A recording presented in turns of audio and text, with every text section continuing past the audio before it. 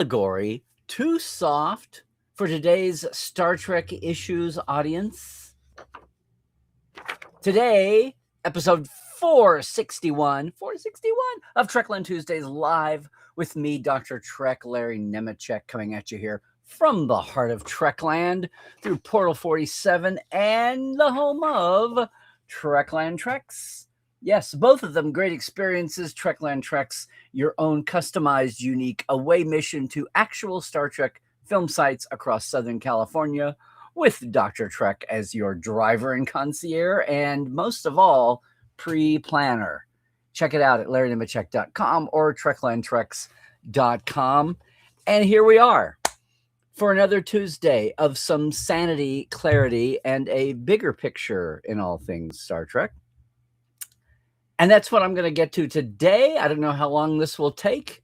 It's an inspiration from last night here as we recover from the big summer cons, some of us, and as we all count down to, more episodes of Strange New Worlds, and along the way down to the coming highlight of Star Trek Day, September 8th, and then also New York Comic Con, when we might finally be in for some actual corporate headlines vis-a-vis Trek's future. So, hey, I want to shout out to everybody with us today. All of our regular TTLers are in the chat already. It's starting to populate and pop up. I know. Just here's a word to the wise, even for the veterans. If we have an explosion today, I lose the first 20 minutes of the chat. I'm just gonna say maybe actually keep the chat to chatter, because here's what I do, and I'm aiming this for all the newbies with us for early days, the first time maybe here on Trekland Tuesdays Live. Welcome to one and all. And if you are new with us here on Tuesdays, I'd love to hear how you found your way here. And everybody in the chat, as you should find out very quickly, is your new best friend. But hey, everybody, tell us how you're doing, where you're coming to us, because this time of day, I do this, not primetime America, but I do this so we can have a big global audience as well, live. And look, if you are joining us later on YouTube, feel free to jump in and comment too. Here in the live audience, just to know, please come in on YouTube, because that way you'll see all the comments, and you can also throw a little silver my way with the YouTube super chat. That is always appreciated. This is really not funded big time. I have a Patreon of very fine folk who are helping support this very humbly. And the super chat also is appreciated along the way. But also, if you're on Facebook, you're only going to see the Facebook comments, just to say. And Twitch, you'll see it all too. But Twitch, who does Twitch? Apparently, I still do Twitch, or I offer it. No, I'd be glad to have you guys, everybody along with us today in the chat. Let us know where you're coming from. Let us know how's the weather, how's the trek near you too. Because today is kind of a cultural check. Not so much tied to the Trek headlines. It's a springboard, kind of like the way the Trek Files is a springboard sometimes. But no, listen, everybody. Thanks for being here. And if you are in the chat, I'm just going to say, maybe to guard against what's happened recently. Yay, we've had so many here and so many live and so many chatting. Maybe hold back, because here's what I do. And for all of you newbies, I'm going to be on my soapbox for a few minutes, and then we'll take a micro break, and then I will dive into the chat. I will get to all of it as humanly possible. We've had a buffer issue lately where if the buffer gets so big, it starts eating the beginning of the chat. So I'm just saying, maybe everybody, newbies or veterans alike, maybe go easy in the first. If it's something really important and you got to get it off your chest, maybe save it for when you see me wind down at the end. Just saying. Maybe that's how we cope with this. But here's what I wanted to get to today. I was not a guest. I actually bopped into a live chat last night with hosts and focusing on the main audience of who that chat was addressed to. Hey, I'll just tell you, it was the Mission Log live show, live reaction of the fandom, not the reaction show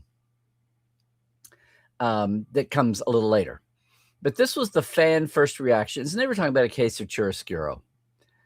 And look, no matter what you do, and I'm sorry because the chat wasn't saved, the video was.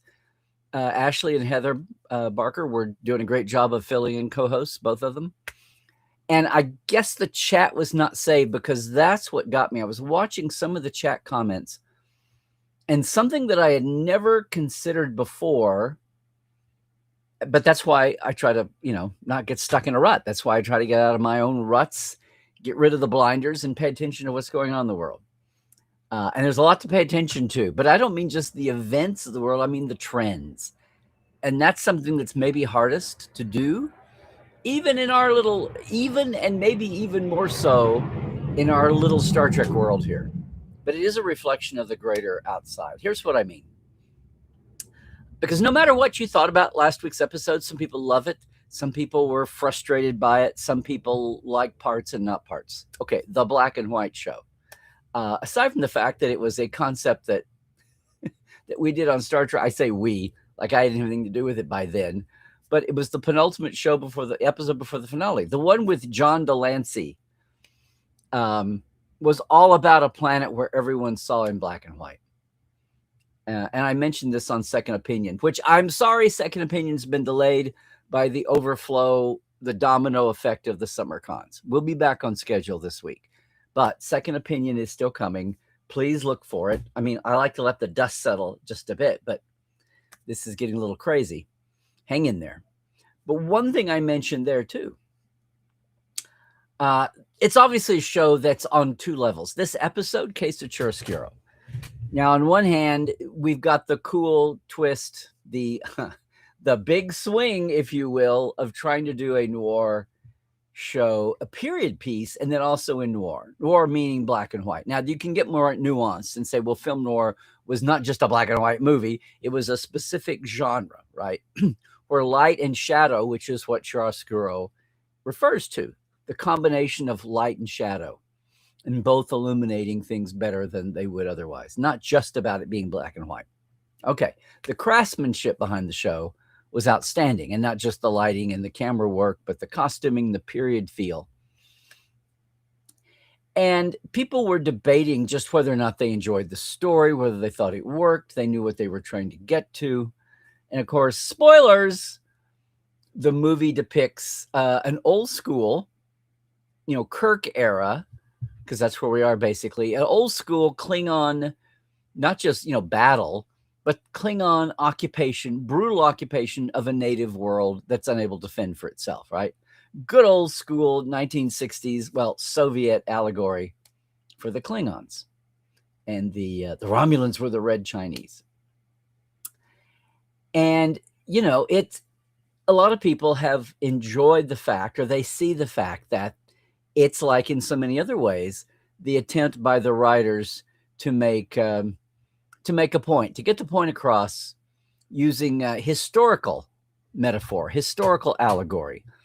That, it was Klingons occupying a planet, but the whole vibe of the thing was Casablanca. They were homaging the movie, but also the vibe of an occupying force, an occupying brutal imperialist fascist force occupying an innocent planet that cannot defend itself, much like the Nazis spreading across Europe in World War II. And that was the, on the nose bit. Saw some people saying that it almost felt like, maybe the writers are doing this on One Pike Night, saying that it almost felt like an East-West Berlin Cold War intrigue, where you had a stark division of who's in charge and gate points and checkpoints and all that, although that fits.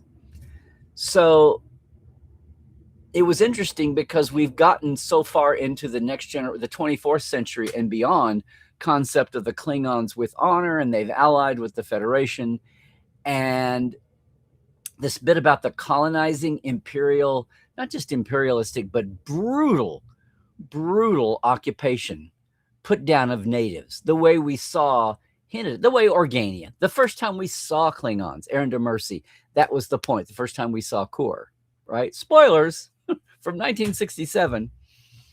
That was the point. And most of the times we saw Klingons after that, they were Cold War spy agents, right? Like on Capella 4 and Friday's Child, with Ilan of Troyes later. It was one-off agents. Very rarely did we see a gaggle of Klingons. Yeah, we did in Day of the Dove. Their whole ship was brought over, controlled by an outside entity. And you saw a little bit of that in Trouble with Tribbles, although it was played for laughs. Still a drama element. You saw a small contingency of Klingons in places.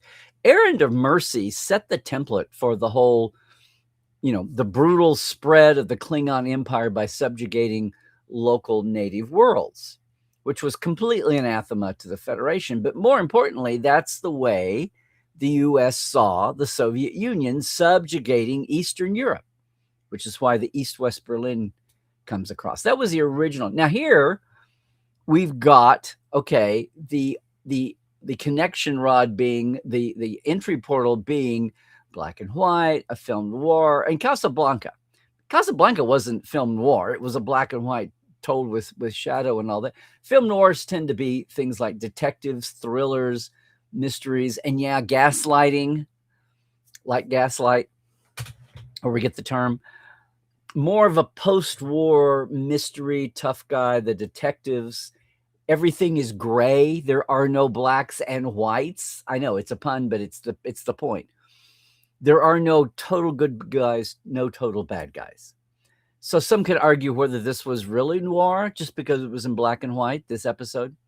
But all that said, using the Casablanca theme for not just, an exercise in creativity, big swing, if you will, but the fact that to make the point about a brutal occupying force, and what does that have to say in today's world? Which you would think it had a lot to say. And just because this is why I like to get out of my bubble, this is why I love to have everybody popping off here. I hope we don't have just, yes people in any of my chats. As long as it's civil, I'm love to see other opinions, because sometimes the other opinion is the coming wave that you didn't see coming because you're still stuck in 1978 or 1988 or 1998 or 2008 or 2018 way of looking at something, and you don't know the coming wave. That's why I love how it's so arrogant for people with a new Trek to just declare why it's good or bad or indifferent, and we have not heard the judgment of time yet. And I would say, the DS9 viewers in 1993, yeah, well, the DS9 viewers on streaming on Netflix from 2013, 30 or 20 years later, say, hold my beer, we're going to look at this in totally different eyes. And that's the march of time. And I'm so sorry that Star Trek is so good that people 20 and 30 and 40 and 50 and 60 years later still feel like watching it and commenting on it. Oh, heaven forbid we have something that lives so long that people of different eras can look through different filters and time and see what they're seeing and comment on it. And it means something different to people in different time periods on the surface, aside from those who know the context and know what was going on in the 60s Cold War, right? So I was, shocked. The right word to see that someone making the comment, that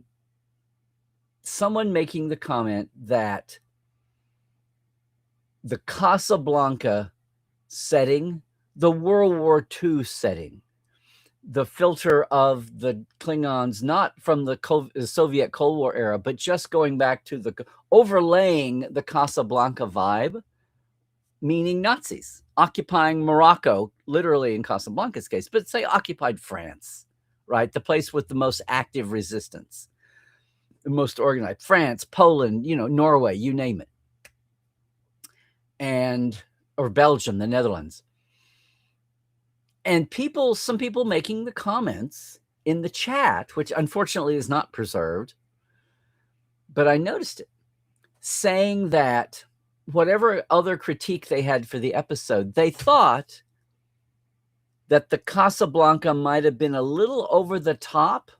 I'm just saying. But in any case, it was not needed to make the point, because at the point of the episode was to make a commentary about fascism today and the potentials And whether we're talking about entire nation states or we're just talking about cities and limited areas. And that's all we, budget, that's all we got to see. We saw this city on Matar 12, Roman numeral 12.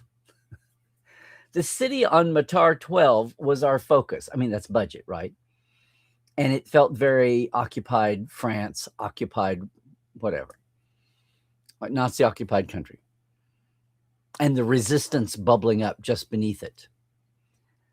And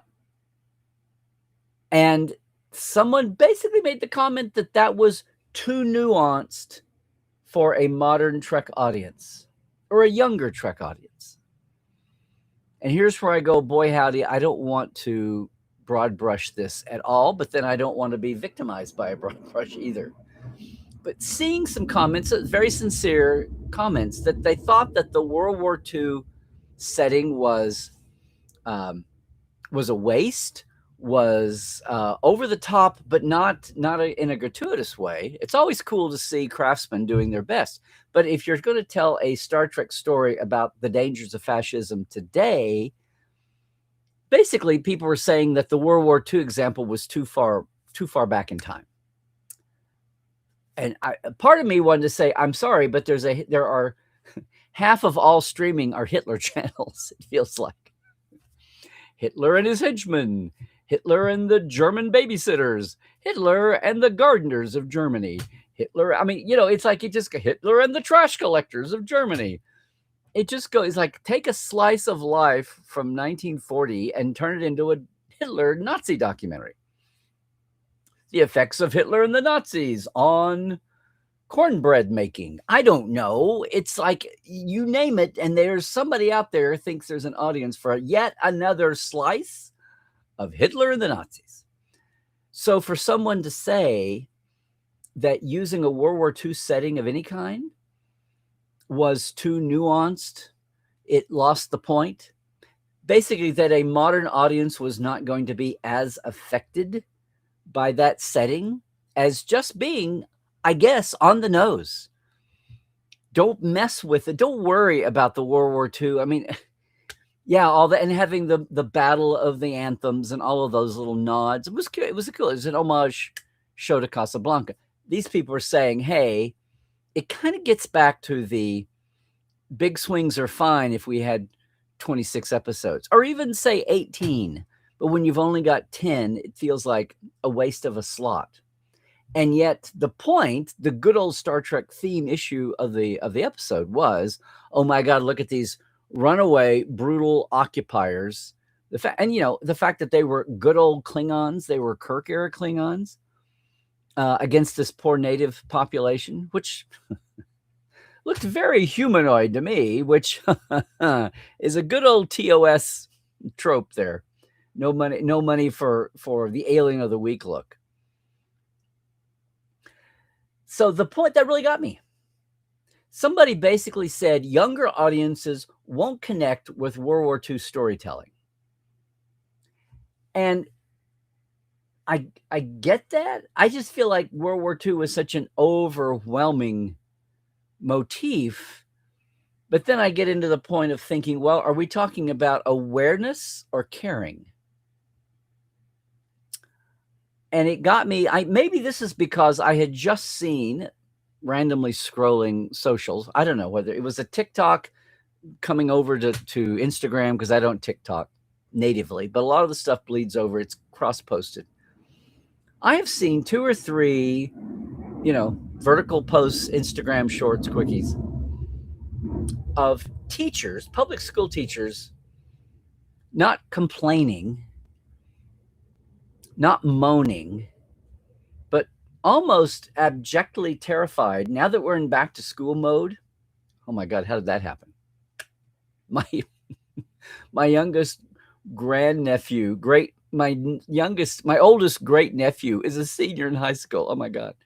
Now, talking about how unprepared, these were middle school teachers talking about how unprepared their students were and how far behind they were as far as just literacy and making complete sentences.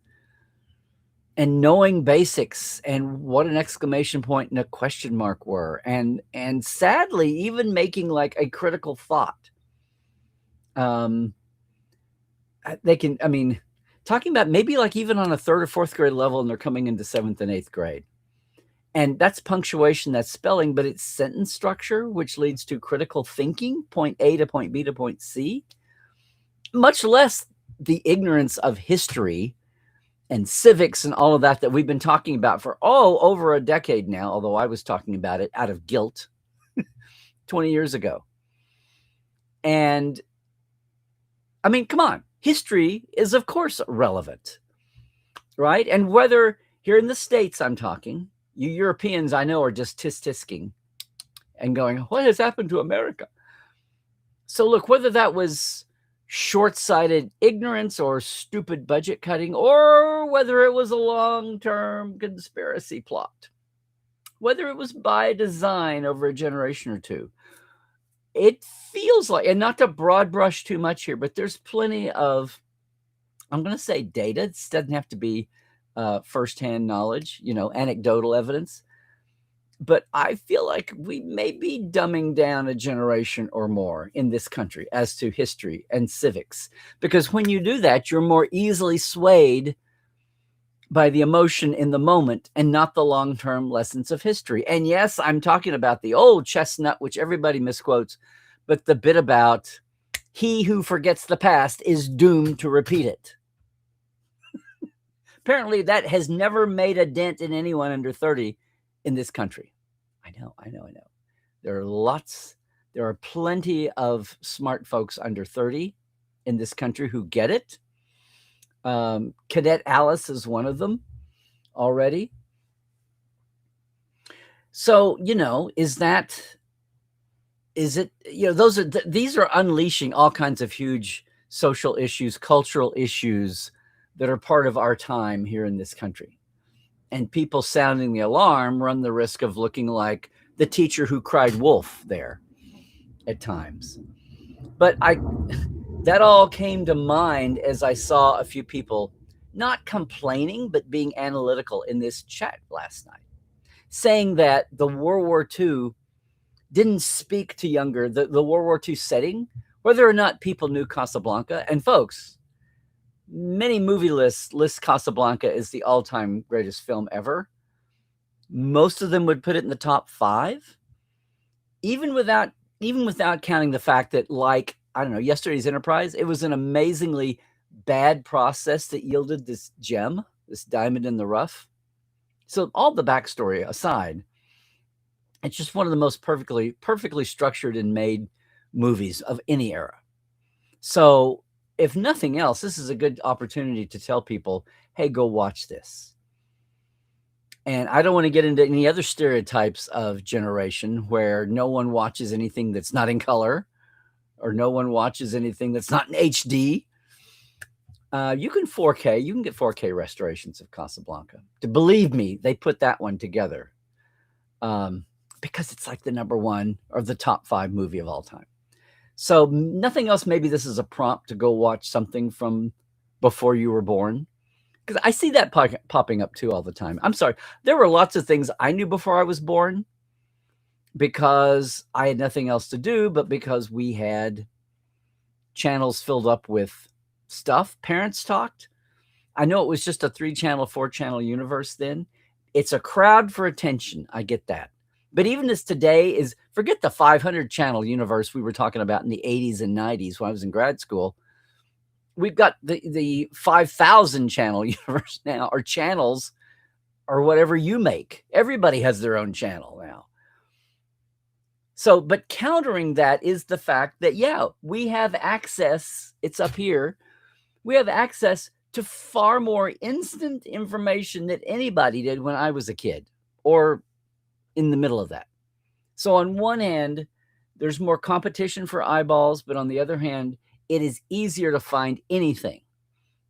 As old-time fans will grouch, you had to be tough fans back in the day. You had to just know it all. You couldn't just go and search it out. You couldn't go to IMDb or Memory Alpha and get it. But that's the point. there's so much competition for eyeballs. And yeah, we've had a compression of stuff. That curve keeps coming at us. But even when I was a kid, there was been lots of stuff that fell by the wayside. The classic was coming to the top, the cream of the top. Laurel and Hardy was 30 and 40 years before I was born, but I knew them. The cream of the crop came to the top without you being a specialist. And that's part of the danger of having so much that you can't separate it out, or you feel like you've got no time to go back and look at the classics. And maybe as much as I roll my eyes at them, all these YouTube channels for first reaction to Who's on First by Abbott and Costello, as much as you want to roll your eyes and say, why are you just now finding out about this? That was a classic. We're not talking about obscure. That was a 2 and 3 generations classic that people kept up on until the information explosion. So I get it. It's a two-edged sword. So much more to keep up with, but easier than ever to get a hold of it. So this bit about knowing something before you were born and having it affect you, are we really past the point where Casablanca and World War II and the Nazis could be a relevant point for storytelling? You could make the case that we're past the point where Nazis and World War II are a relevant point for, I don't know, making modern civic political choices. Maybe this is all tied together. I'm just saying. So part of this, though, with this, it's before I was born. Shouldn't be expected to know it. Well, he who ignores history is doomed to repeat it. So is that generational? Is that completely generational? Is it just an age spectrum thing? I know I need to bring in an army of sociologists, cultural anthropologists, and talk about this, because I know academically, and hopefully in a layman's sense as well, not just ivory tower, people are madly studying all of this. And here I am in just a little Star Trek live show getting into this stuff. But it all came crashing into my subconscious, again, the way I hope I can still be, from just some of those threads, some of those comments that came up in that live chat last night. Because it gets back to that bigger question. Is this just a generational demand, or is it a lack of skills in having patience? Is it just the younger end of the spectrum who haven't lived long enough to get over the arrogance of the era and realize that there is something before to be part of? Or is that actually dying out? Is that not just a function of maturing, getting more under your belt, and realizing there's more to life than what is in you in your little 5-foot bubble and your little 5-year bubble? You get it. That's called weathering. That's called getting seasoned. That's called the person jumping into a job at 22 is not going to be as adept as they are 10 and 20 years ago. Ageism aside in that arrogance. So Star Trek, a World War II theme, Nazis, Klingons as Nazis. That's not out of the blue. That's totally on the nose. But is that usage not as relevant? If Star Trek is going to be, here's our mission show, here's our theme show, here's our morality tale of the week in good old Star Trek fashion, in modern times, is using a World War II backdrop too obscure or too nuanced? Does everything on Star Trek from now on, is this not just a few folks out there, but is this the generational wave of the future, no matter what we think about it or agree with it? Is that really the generational wave coming? Does everything just have to be on the nose? I mean, look, in Picard season 2, Picard had Rios. He got ensnared in the unaffordable healthcare crisis, that farce here in the States, not in the rest of the world, but in the States, and they were in the US. And you're thinking, wow, Picard's making a commentary about today. And then it even extends into the ICE agents and terrorizing these roundups. Didn't stay there very long. Now, there was no nuance or metaphor there. It was the thing. And yeah, they didn't stay with it very long. It's like they touched on it and yeah, didn't stay there and moved on to some more crazy time travel, situation. But they were there for a few episodes. It was on the nose. I mean, look, I still feel guilty when the best of DS9 lists come out. Everybody votes for their favorite episodes. And outside of Duet, oh my God, Duet and In the Pale Moonlight, my best eps, I almost put Tribulations on an imperial angelic pillar that doesn't qualify with everything else. It's above and beyond. It's on its own. But say, okay, Tribulations. But then Our Man Bashir and Little Green Men and Far Beyond the Stars, all the atypical episodes. I realized that would come out of my mouth first. So 3/4 of my favorite DS9s to say, hope I'm not just riding a trend bandwagon here, but I would be, when I realized that's what I would say my favorites were, I was guilty, unabashedly guilty about it. It's like those aren't the episodes. That's the gravy. That's the icing on the cake, the pretty things. It's not the nuts and bolts episodes that did all the work of building the time and the place and the characters and the plot lines and the relationships. It's almost like the mom episodes in The Divorce have custody of the kids and do all the work. And flashy dad comes in and takes the characters off to Roswell, New Mexico, or the 1950s of New York, or a James Bond holodeck. It's like, he does that for a fun weekend, and the flashy dad episodes don't have to be there for the everyday work of raising those characters and raising the episodes and the relationships. So yes, I feel like we can enjoy the craftsmanship. I think everybody can.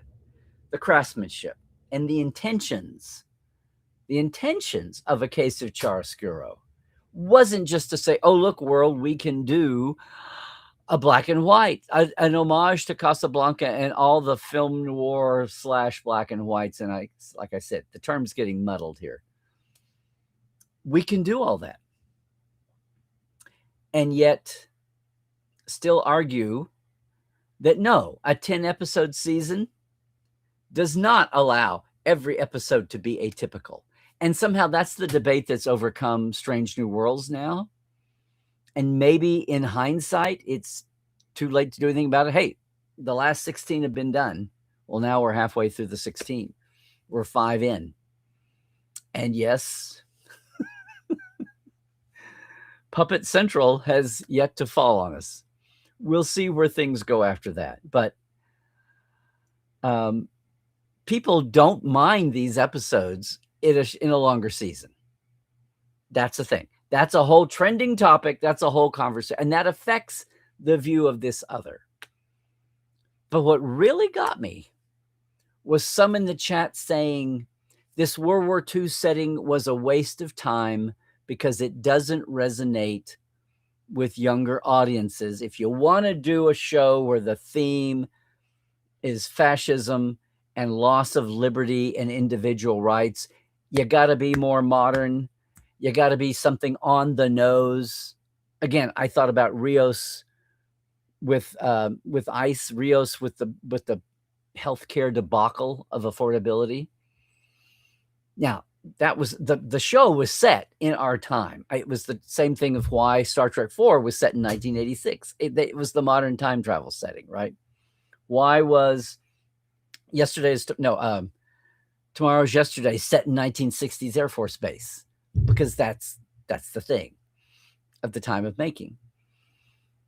So yes, that worked for the Picard series, but are we just going to give up on having any other metaphor filters? The Allegory, has that been lost to all future Trek because that's where our audience is trending? And no, we're not all, I hate using the gen titles. I'd rather be specific. We're not all the under 30s. We're not even all the under 40s.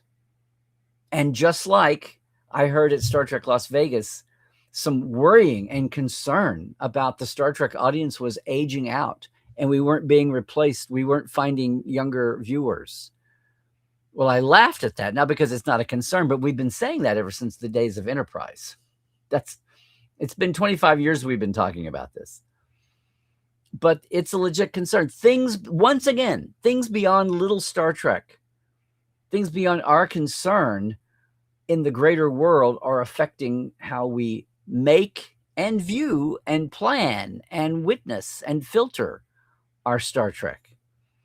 And the great historic appeals of Star Trek that caught fire in the 60s with Gene and Dorothy and Bob's and Gene Coon's, Matt Jeff, their original show that caught fire like nothing else ever had before, and caught fire with that generation. And in that case, not just a younger generation. We go out of our way on the Trek Files, as Gene did in the 70s when he was guruing on the college campuses, that it wasn't just the kids. Plenty of doctors and lawyers and accountant chiefs were there, and housewives and school teachers and politicians, people of all walks of life who were interested in a little bit more thinking and a little past the pablum of TV at the time, were totally engaged. It wasn't just the kids marching on NBC in Burbank or wherever to protest. Take time out of their anti-war or their save the environment marching to go march for Star Trek. It was a broad-based audience. So let's not get into stereotypes about that or how we've swung one way. It was all kids then and nobody under 30 now. But it shines a light again on a bigger cultural question. Are we really dumbing down coming generations by what we have not given them in the past or held them to a standard? Is it just the one-off individuals? I mean, you could totally make the argument that what we've seen in politics and in public discourse the last 10, 15 years is reflecting that.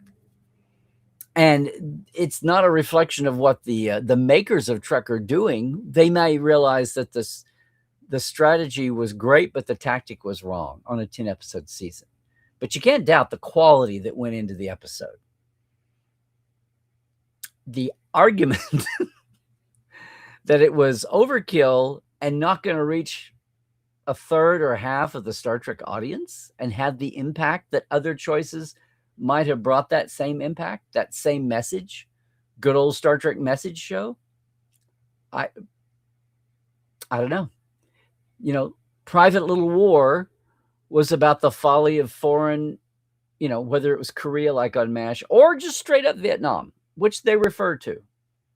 And it's on an alien world.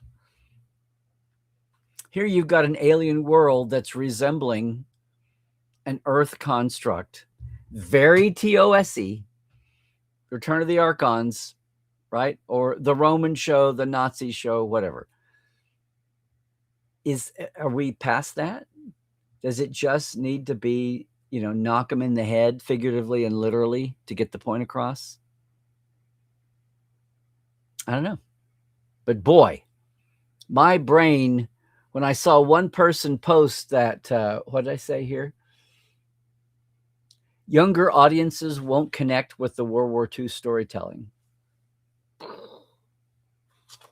Tell that to is it really old white guys just making up the 47,000 Hitler channels across all of streaming and cable?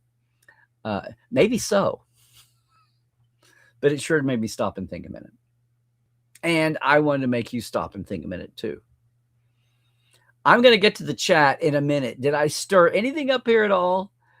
Well, hey, if you're watching this later on YouTube, question remains. Did I stir anything up at all? I would love to see what kind of comments we can get going with this, whether here live in the chat or on our YouTube commentary later on. Now, before I get to the chat and wrap this up for you folk, I've got a surprise. I had so much title, I didn't get to this. But look, I have an unboxing. I have an unboxing to do. And I'm a little slow with this. I'm even slow in doing an unboxing because I was slow at STLV on the Saturday. Because,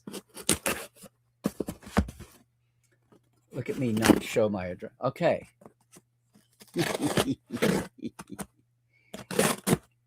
It's really not a boxing thing.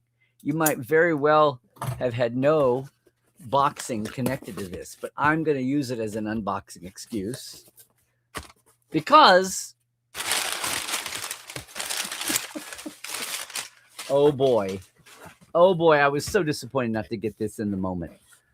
And it's going to be a while before I can talk to the creator of this item because they are busy with a project that no one is allowed to talk about, but everyone knows. And if you haven't guessed by now, the unboxing here is Doug Drexler's book, his autobiography, his memoir of working in Trek, of working in the industry. That's his Oscar for working on Dick Tracy in makeup. Yeah. What did it say? All the way up to, the Picard bridge set. I can't wait. The book that proves that TV is good for you. And I just want to say, Doug famously has, this is available. It's, see, from Jacobs Press, who's doing yeoman's work getting some of these great industry books together. I mean, look at this. This is insane. Tons of great photos. Lots of, look, it's so thick. And they made it so that the photos are not microscopic. Oh, it still has a fresh book smell, hardback book smell. The Trek Star was his North Star. That's what Trek Star is. The Geek Life of Doug Drexler. It's amazing. There's a story that Doug tells. I'm going to tie this back to Vegas. There's a story that Doug tells, and I'm sure it's in here. Might even be on a blurb. Where his dad, he famously remembers his dad telling him one time in exasperation, as 60s and 70s, 80s parents did, Doug, if you spent half as much time on your schoolwork as you do on that TV show, you'll get so much further in life. Well, we have a last laugh at our parents. I have a story a little bit like that with my mom. I've shared it to you before when I wanted to buy who indulged me everything for my hobbies and passions. And for some reason, me wanting the tech manual for Christmas was just struck her as odd because it wasn't real. Mom. This weekend or last weekend at Las Vegas, at Star Trek Las Vegas, a fan came up to me to have me sign their companion. And he told me that he could not put it down when he bought it in school. Well, 8th grade, middle school, junior high, maybe high school. He had it with him. He carried it with him. He was devouring everything in it until the point where one of his teachers, he got in trouble in class.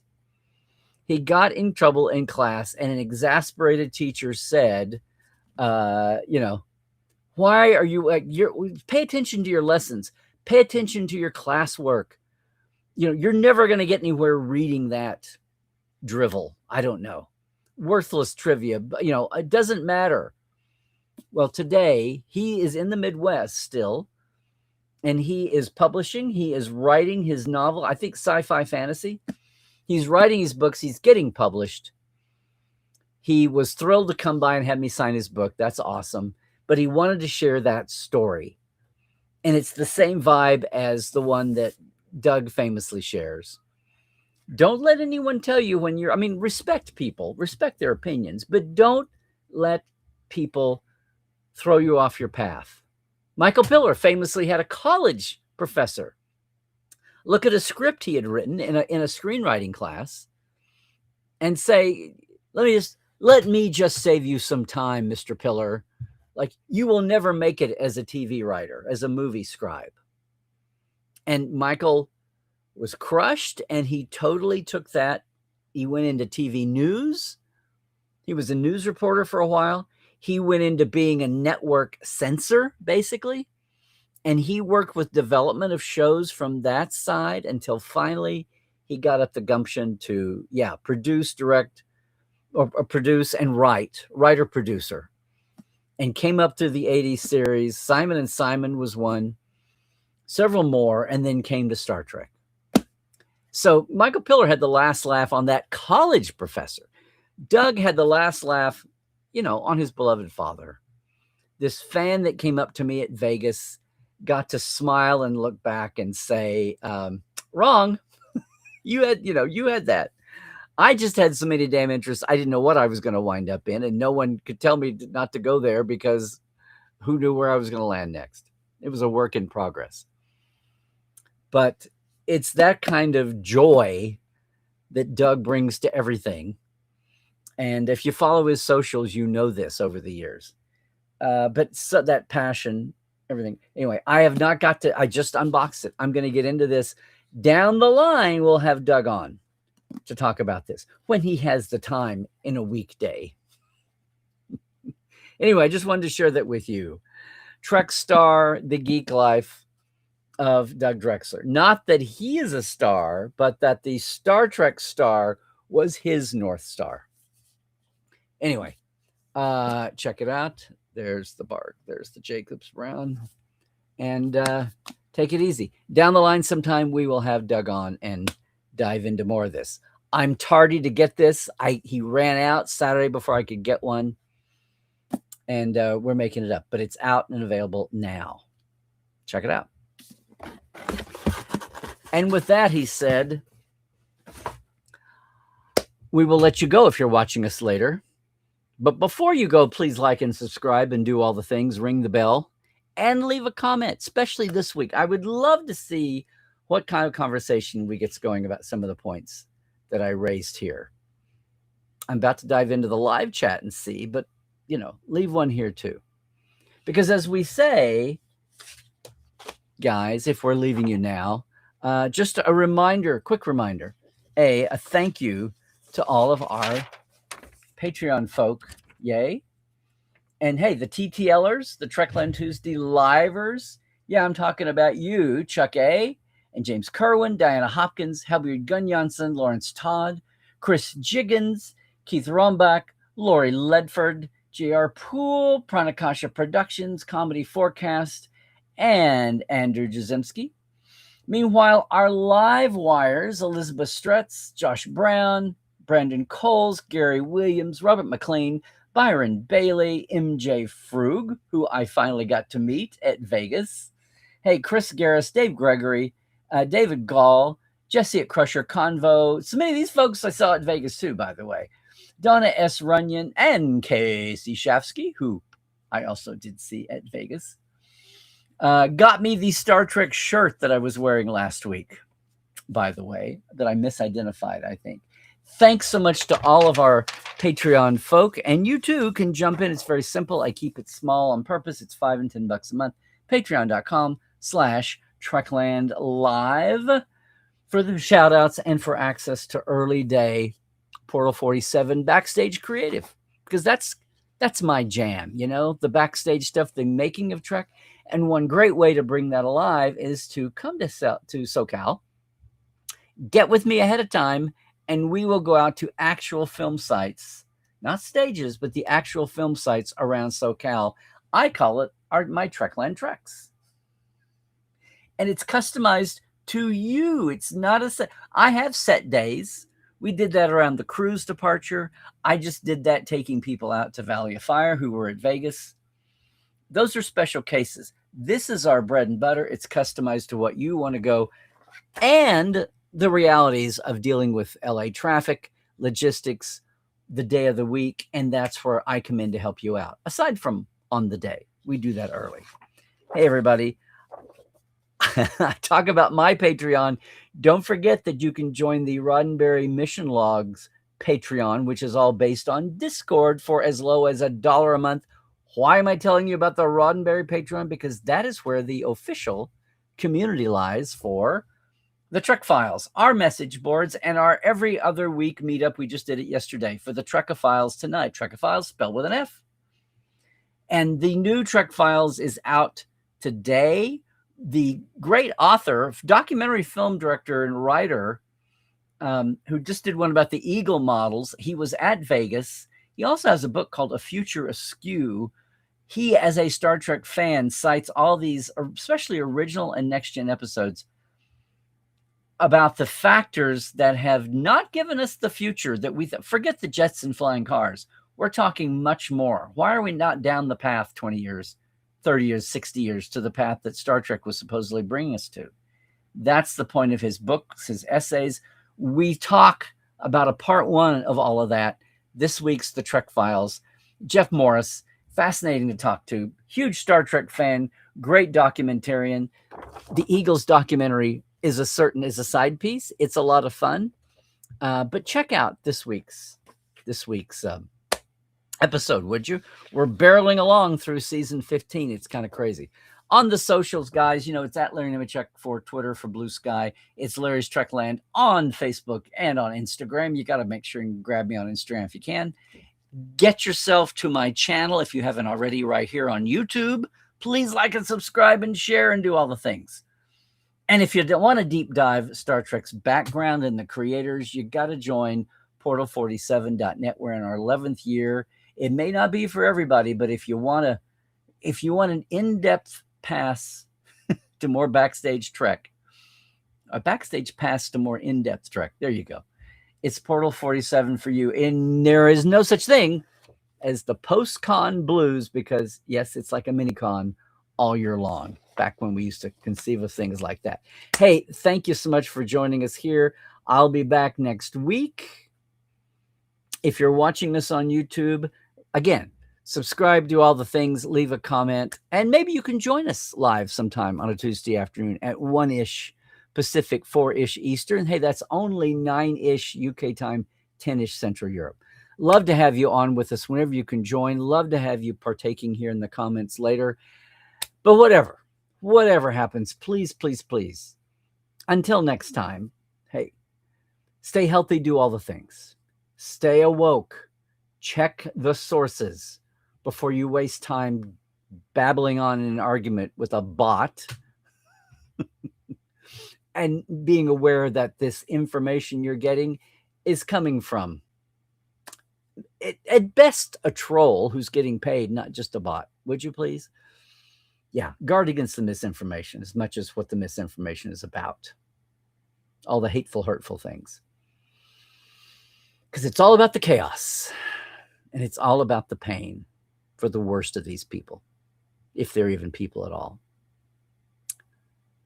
Guys, gals, peeps, please, just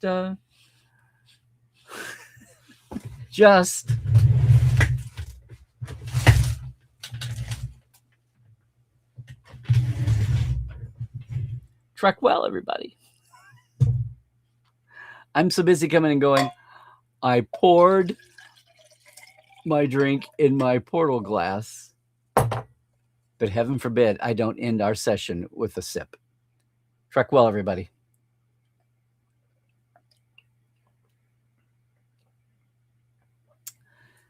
Now that we have reset the world, I'm going to jump in real fast and see how much chat we lost this week.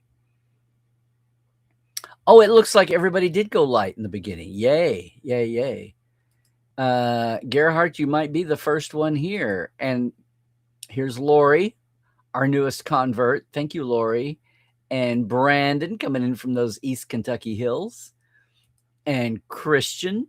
Everybody's here. Lori, I am so glad. Now, I hope you all aren't like flooding, one extreme to the other, the way all our friends in Indiana got hit. 100-year flood. Christoph, you are in Brussels today on your way to Blackpool for destination. Oh, yeah. Yes, indeedy. We are having the Europeans in Midday U.S. Portal 47 Ask Dr. Trek roundtable tomorrow. I hope you guys in transit can make it. Hey, David, it's been a while, hasn't it? You moved to Evansville, Indiana now, had to move out of Rowland Heights, California. It was time to cove. I totally understand.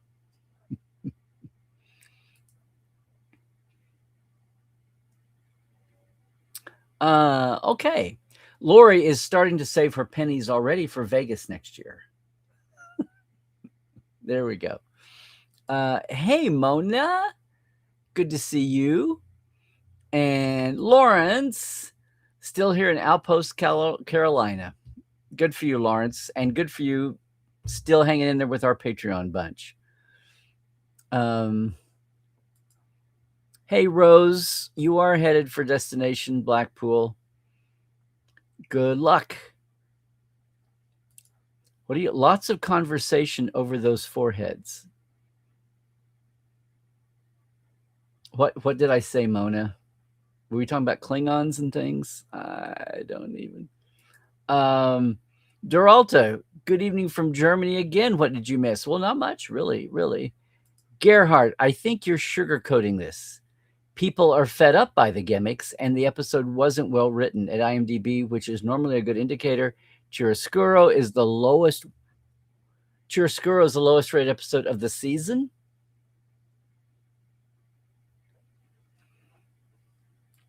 A gaggle of geese, a gaggle of Klingons, a murder of crows, a kennel of Klingons. Okay, Mona, a kennel of Klingons.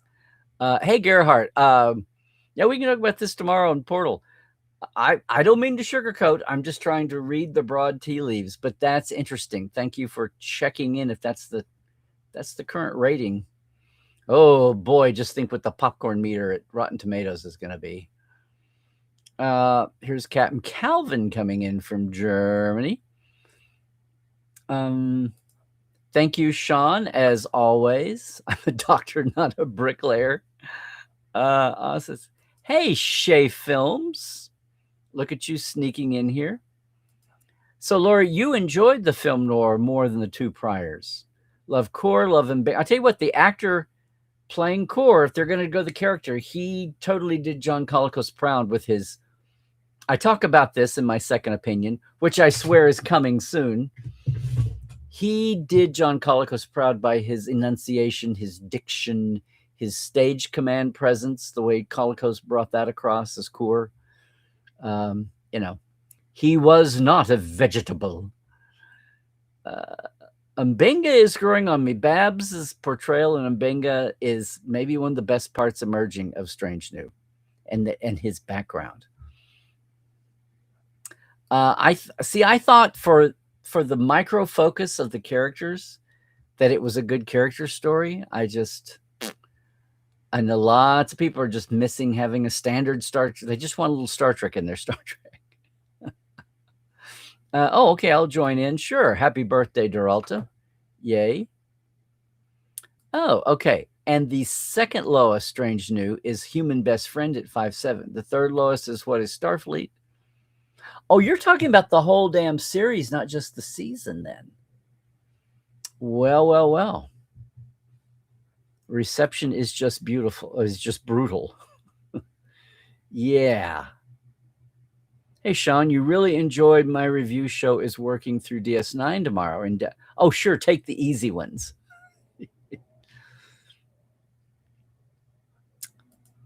Destiny, a show that challenges our racist preconceptions in a fun jaunt without shoving it down your throat.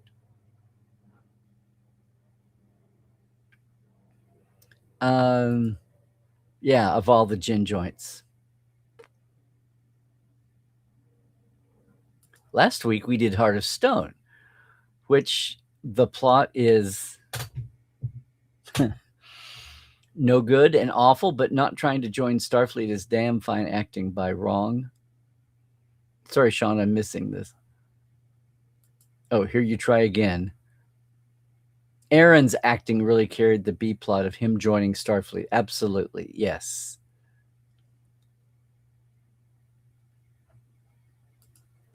Yeah, Hitler's Helfer was a really popular show in Germany. Lori says, young Trekkers are intelligent and will look up what they don't recognize. I have a young adult child, and they even enjoy TOS. You know, it's a video. It's up on my channel still. I wish I could think of... Oh, I know what it was. It was Beatrice. Not Beatrice like Nebraska, but the standard Beatrice. Then she was 10 or 12. She had an Etsy store. She made her own Star Trek crafties, and I did a video with her. She was amazing. Her mom was with her, but her mom was in the back of the booth reading a book, letting her do her thing. This girl is going to go far. Keep an eye on her. I have a video preserved in time from a year and a half ago now. And she quite proudly told me she was 12 and she'd seen all the series to date. And her favorite was the original series because it was all about the people and the situations, and it didn't coast by on, smash 'em up visual effects and flashy explosions. It was about the people and the stories and the writing. This very wise 12-year-old, and obviously got her head on the straight and narrow, having a booth there. And her mom was just there for security. Her mom's like, nope, she does all this herself. And I got a pair of her earrings. Yeah. Well, Duralta, again, I say it's one of the top movies of all time, if not the top movie. And I said that if that's an American slant, okay, but clearly in the top 5.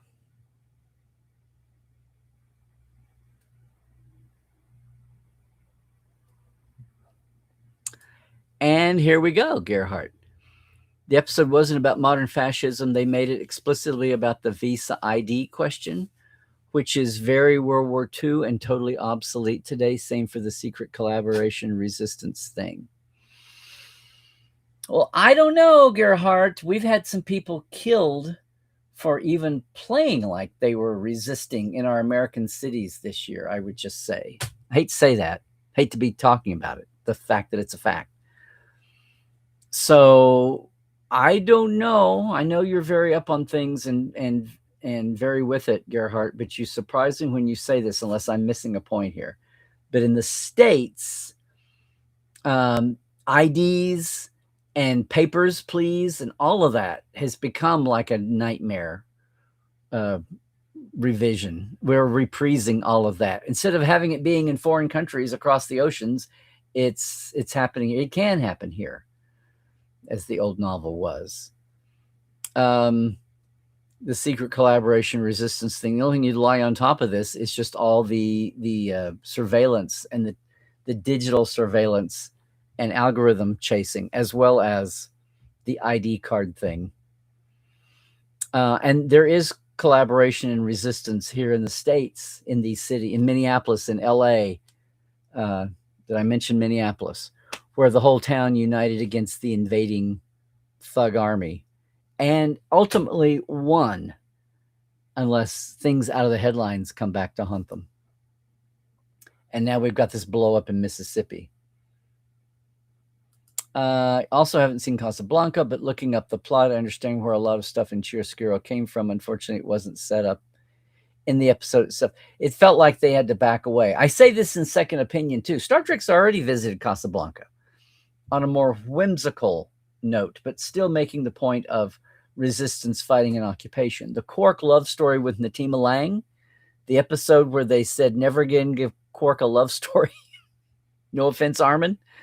But the Cardassian underground leader, the resistance leader to the Cardassian homeworld fascists, the Cardassia Prime fascist, she was native Cardassian, her 2 cohorts. They tried that. They had to back off a little bit, but a lot of the vibe of the structure was still there. Thank you, Lori, for boosting that signal. Dr. Gould, thank you for your patience. This maybe just be the world we live in right now. And Larry, we have the AFD over here. So we're not tisting. We're fearing that this happens in Germany too, or again. Oh, that's the right-wing party, right? Yeah.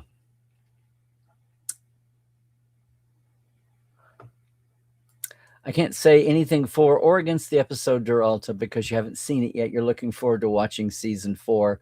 Ooh, spoilers, but I hope you guys realize this is not a hardcore review show, but things will come up.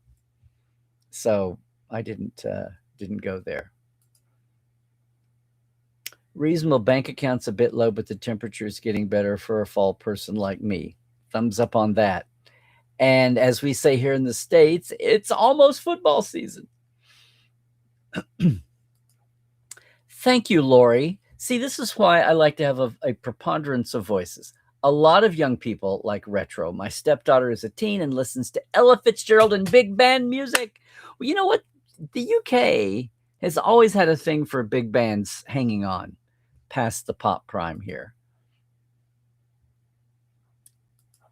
There is a lot of competition for eyeballs on Star Trek, and that is just the Vidians. Oh, Sean. Who's on first? What's on second? I don't know who's on third. Stay out of the infield. Forgot about the who's on first plug. Okay. Laura, you think the lessons from World War II are more important for young people to learn now more than ever? I know. We're talking about two different things here, maybe, about you should know this versus as of right now, do you appreciate it or do you get it?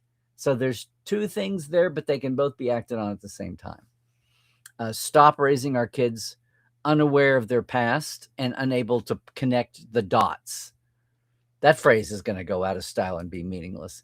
Captain Calvin coming in from Twitch. Why Who's on First was coming up relatively now is because some people made a video game version of it, Who's the Tank, and I stumbled upon it because I watched the German version of it titled Wayne on GameStar. Okay. That whole YouTube genre, does that dignify it too much? That whole YouTube genre of people watching classic things that I thought they would.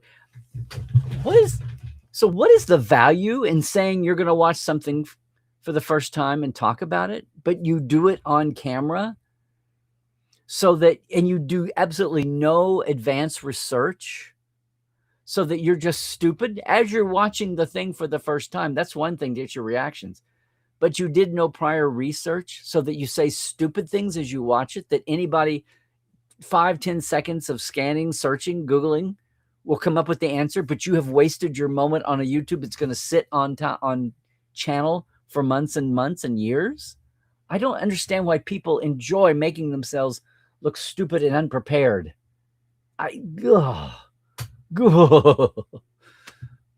Okay. Rant over. And they have 1.5 million followers. I don't get it. Some of them aren't even like girls falling out of their bikini tops. Some of them are like wackadoodle guys, and they have 1.5 million followers. He who ignores history is doomed to repeat it. That's why we're repeating so much of it. Yeah, exactly. World War II is still relevant. My grandfather died in World War II. He got drunk and fell out of his watchtower. Oh no, Sean. My dad didn't land at D-Day, but he landed at Cherbourg about a month later and came across Patton's Third Army, was at the Battle of the Bulge, nearly lost his arm, could have lost his life. Had an incredible story of being flown out when they sent in doctors finally. Yeah. And then didn't make a big deal about it for years and years and years. So I have a very personal.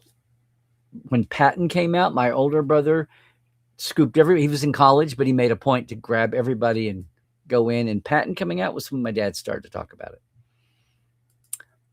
Yeah. I wish I had a lot more recorded from him than the bits that I did do finally on high 8 video. So yeah, it's very real to me. And part of why I like to pass that along.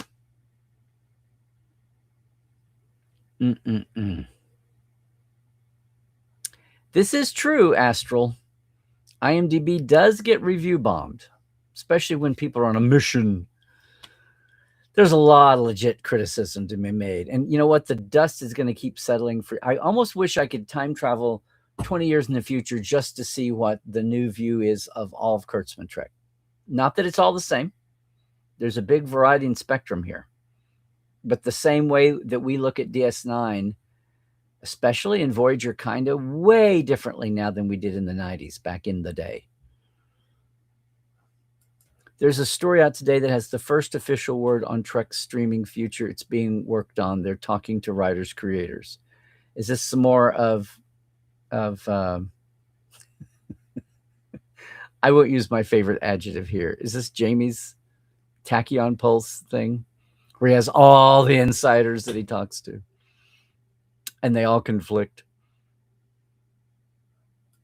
Does anything have to be on the, I think I said, does everything have to be on the nose, but same thing. Anything have to be on the nose? Let me put it this way. We have this second screening thing, so yeah, it does have to be on the nose. I had the panel that we need to post. I had the panel where a couple of writers, among other creatives, rejected this and said this is only on the lower quality places. And if, say, someone at CBS Paramount suggested this to anybody working on a Star Trek, they'd be hooted and laughed at and ignored. We'll see. Of course, in the pale moonlight is there. Yeah. See, this is what I mean. This is what I mean. Thank you, Gerhardt. Review bombing does happen at IMDb, but this isn't it. Valles Marineris had a strong 8.3. The Griffin incident had a mediocre 7. That's real unhappiness with the last episodes. And it's enough of a differentiation. They're not all coming in at 4. They review bomb already. Oh, yes. DS9 and Enterprise are your favorite Trek series, Lori, and at the time they are not liked and considered not Trek. DS9 was said to be too dark. DS9 was said to be too slow and dark and didn't go anywhere. They just sat on the station. They didn't go to a new planet every week. Oh, here you go. Your favorite DS9 is Captive Pursuit. Awesome show. The great Scott McDonald underneath that alien garb, making it come alive. Way undercredited. Pleasure to have him on the panel. Ostensibly a panel of Enterprise guest stars. But I had such a good time at Vegas. It was like new things, not so much standards, and I missed some of the standards, but among the new thing was actually meeting and then having extended conversations with Stephen Culp, who was, did you know he was, at the same time he was Major Hayes on Enterprise, he was double dipping as the Speaker of the House on the West Wing. Yeah. Astral, there's always a percentage that review bomb, whether it's the franchise or Paramount. They don't really reflect what most fans think. Right, but then how do you de-quantify that? How do you factor that filter in and get an accurate number? They're just muddying the waters. The Visitor. Yeah, I should have included The Visitor. Your favorite DS9, and it is a classic Trek in many people's, and it is not a classic Trek. Well, it's atypical. It's time travel. It's not a nuts and bolts everyday, episode. Oh, Mona, you don't want to skip the puppets. You want to be able to say what you want to say in a grounded way. Yep. It has Orions too, though. Yes, it does. And I think they're Orions and not Orions.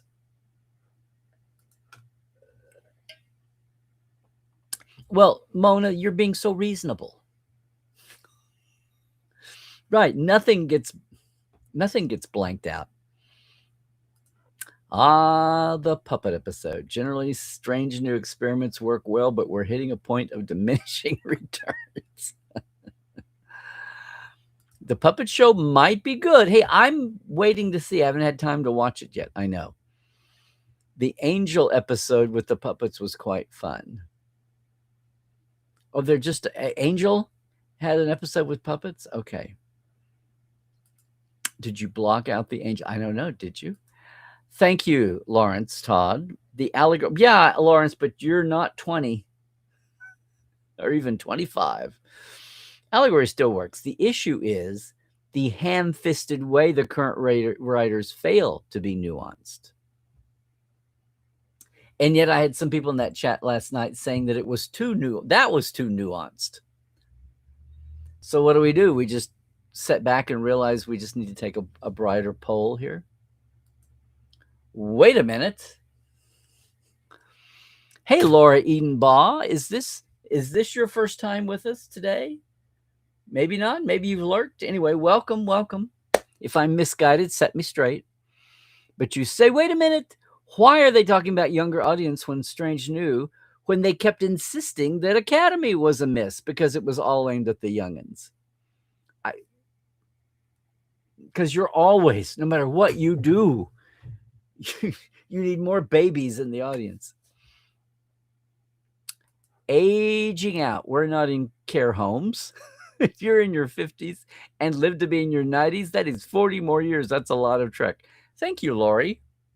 Thank you. course, some of this isn't just about ageism. You go back to the old consumer marketing demographics that say 18 to 35s and 18 to 49s are the ones that buy the most stuff.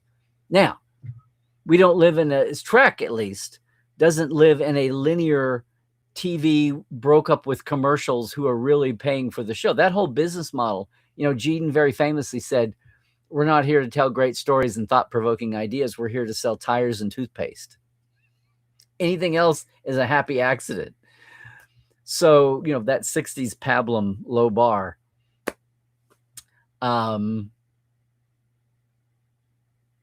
Yeah, but it still seems like that demo isn't. That's a good question, though. I'd like to know how much the streaming studios, Netflix on down, how much they pay attention to the demographics when they're doing this.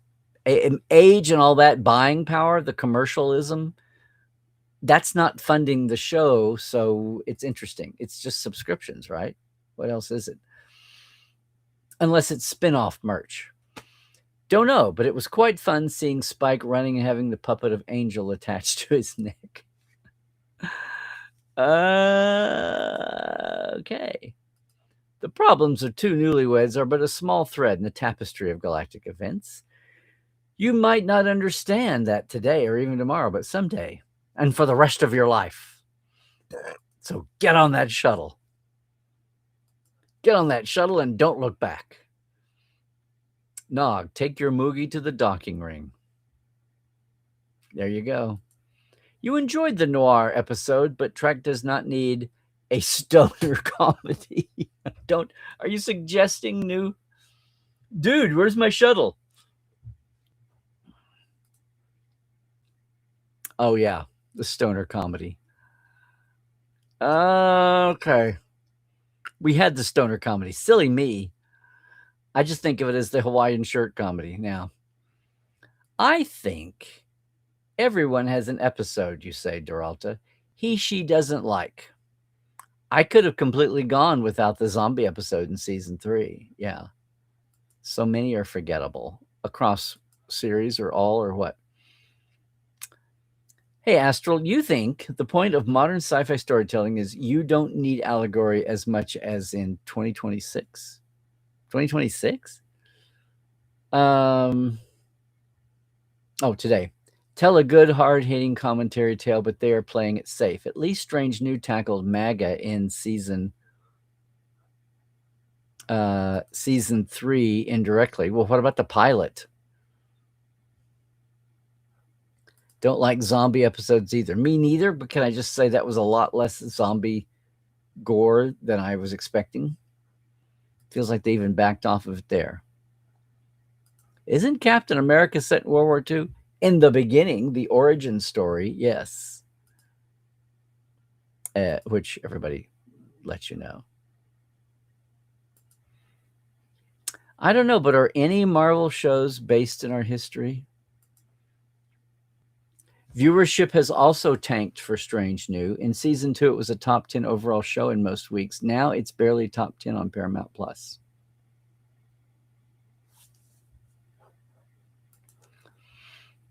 I'm doing an unboxing ASMR. I got the noises in. I did. Okay. As far as Nazis on Trek, I have to wonder if the Nazis today on TV are more inspired by the History Channel and Indiana Jones bad guys. Could be Dr. Goal. Astral says it's still in the top 10. Strange New. If you're talking about Netflix, split the numbers now because international viewers see it differently. Oh, dang. I was hoping that was my book. I haven't seen your book, Mona. I've heard about it. I miss the days when Discovery was on Netflix and Picard Amazon. The numbers were easier to gauge, said a person from overseas. All the Americans like, what? But yeah, that was the situation. Sean, I hear Doug is working on something called The Wilbur. Yeah, it's the sequel to Mr. Ed. Don't tell anybody that. It's a big secret around town.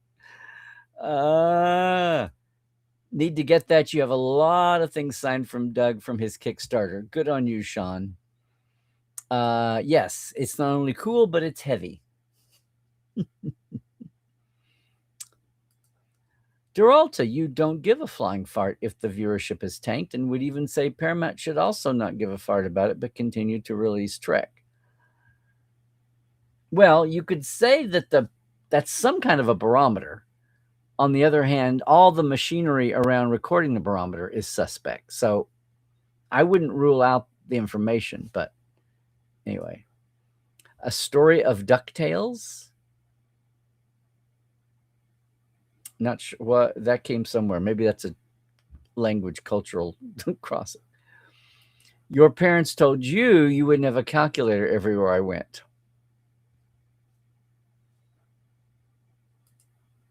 Yeah, Flix Patrol. There we go.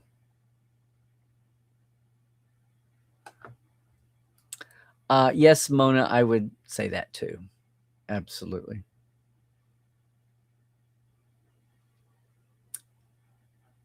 Not sure if it applies to my books, but Jorg learned English because the German translations didn't come out quick enough. He is an English teacher now. Yeah. A lot of people have told me from the smaller nations in Europe that they weren't big enough, like Germany did. I don't know about France and maybe Spain, but all the smaller, like the Eastern countries, excuse me, guys, they didn't have, they didn't reloop English. So they had the subtitles they just put subtitles for natives over the English. And by seeing their language over the native English speaking originals, they learned English that way. And they would not have had they been dubbed into their native language like the original German was. And most fans would say that first generation or two of the translations was horrible. Yeah. One of your teachers, Duralta, said, "You'll never make it as a journalist." And unfortunately, this day, the asshole was right. Simon and Simon is Michael Pillars. Not created it, but he worked on it. And I mean the show, not the publishing company. They were two brothers, right? What was the other big show he worked on? I've forgotten. And that's how he met Jerry Taylor. She directed or wrote scripts for those. Yeah. Yeah, Paramount should do Star Trek either way, but that's not how it works. Star Trek successful equals more Star Trek. Star Trek bombs, less Star Trek. And Trek bombed hard this year. I'm still looking forward to a conversation of my own with someone who I think is going to be real insightful. Trading earthquakes for tornadoes on your move. Yes, David. And thank goodness for that, Mona. You're still a work in progress. As far as opinions, I tend to think that respecting opinions is not the point. Acknowledging opinions and beliefs, yes, but respect is earned. You have the opinion and the belief.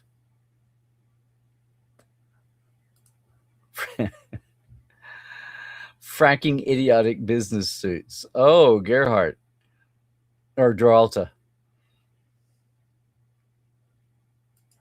He was on screen a bit. It's a bit of a star, sure. Maybe someone should hammer some sense into the clowns who make Trek bomb, which is not necessarily the creators, but the viewers. But of course, I said Josh Brown. I have no idea where that came from. I'm sorry, Josh.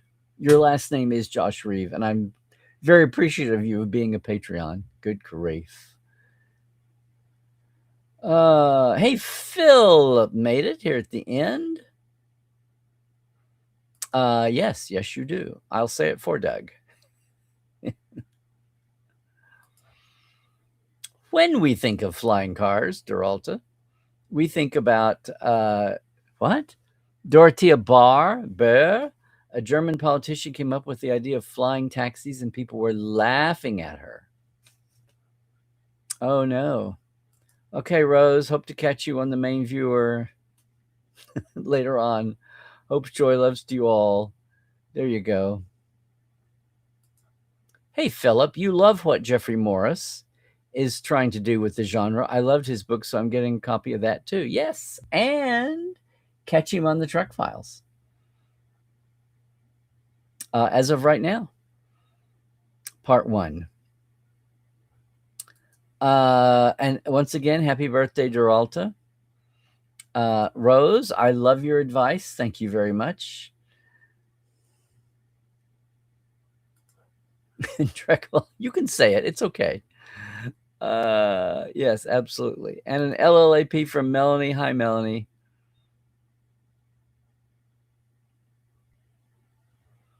Duralta, what am I having to drink? Oh, same old Diet Dr. Pepper ever since Diet Coke Splenda went away with the pandemic.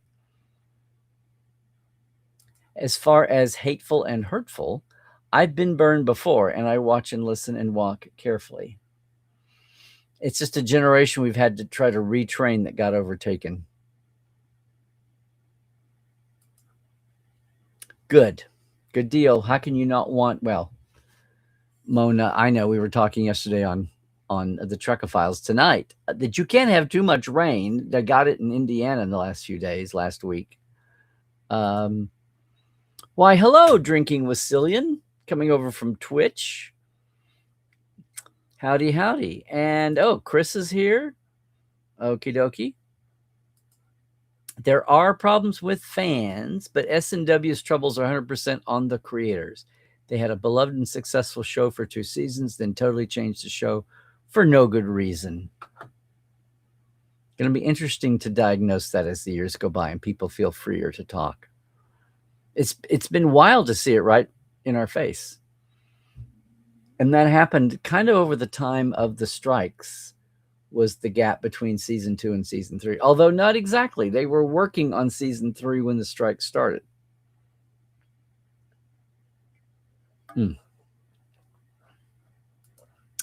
Okay, Lori, you have a reservation at the Rio. Touch wood. It's always fun to me how the Brits say touch wood and we say knock wood. STLV 2027. All right. 40th anniversary of TNG year. Woo-hoo.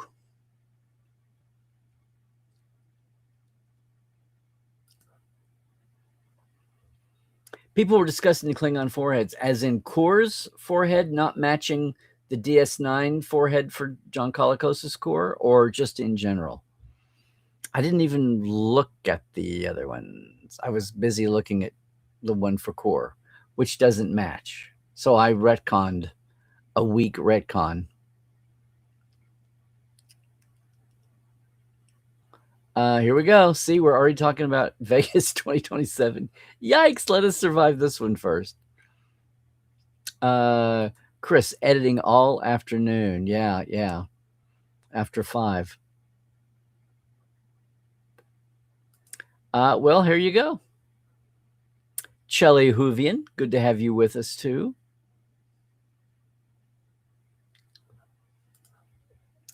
And Dr. Gull, you and your textbook movie making approach here. Film noir is all about the story, not the lighting and the Dutch angles. I know. John X is here. Boom, boom. Thank you for your things on the side, Dr. X. Dr. X, where'd that come from? Duralta, there's always that segment. I used to do my polls in email. Need to get back to that. And there'd at least be 3 or 4% that say, I'm waiting for the hard media. John X, you liked the noir episode. Trek is best when a character has a moral quandary. Well, I don't think anybody took that away. I think props of the show come to Rebecca and finally giving Una a story to lead. Hey, Wanda, you're late. There's no such thing as late. But you want to say anyone who has not seen Casablanca needs to see it. I've been saying this all along.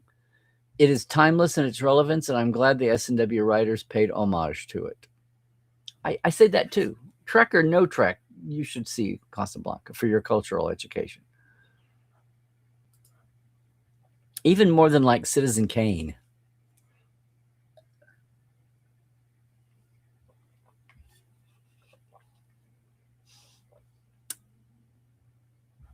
Lori, you just go in the Rio and then you never leave. Occasionally there are events off, but most people aim to, I mean, I don't even think about it. And it's a dry heat. Don't let the 110, 115 scare you. It's totally different than having 110 in Georgia or in Oklahoma in August or Florida.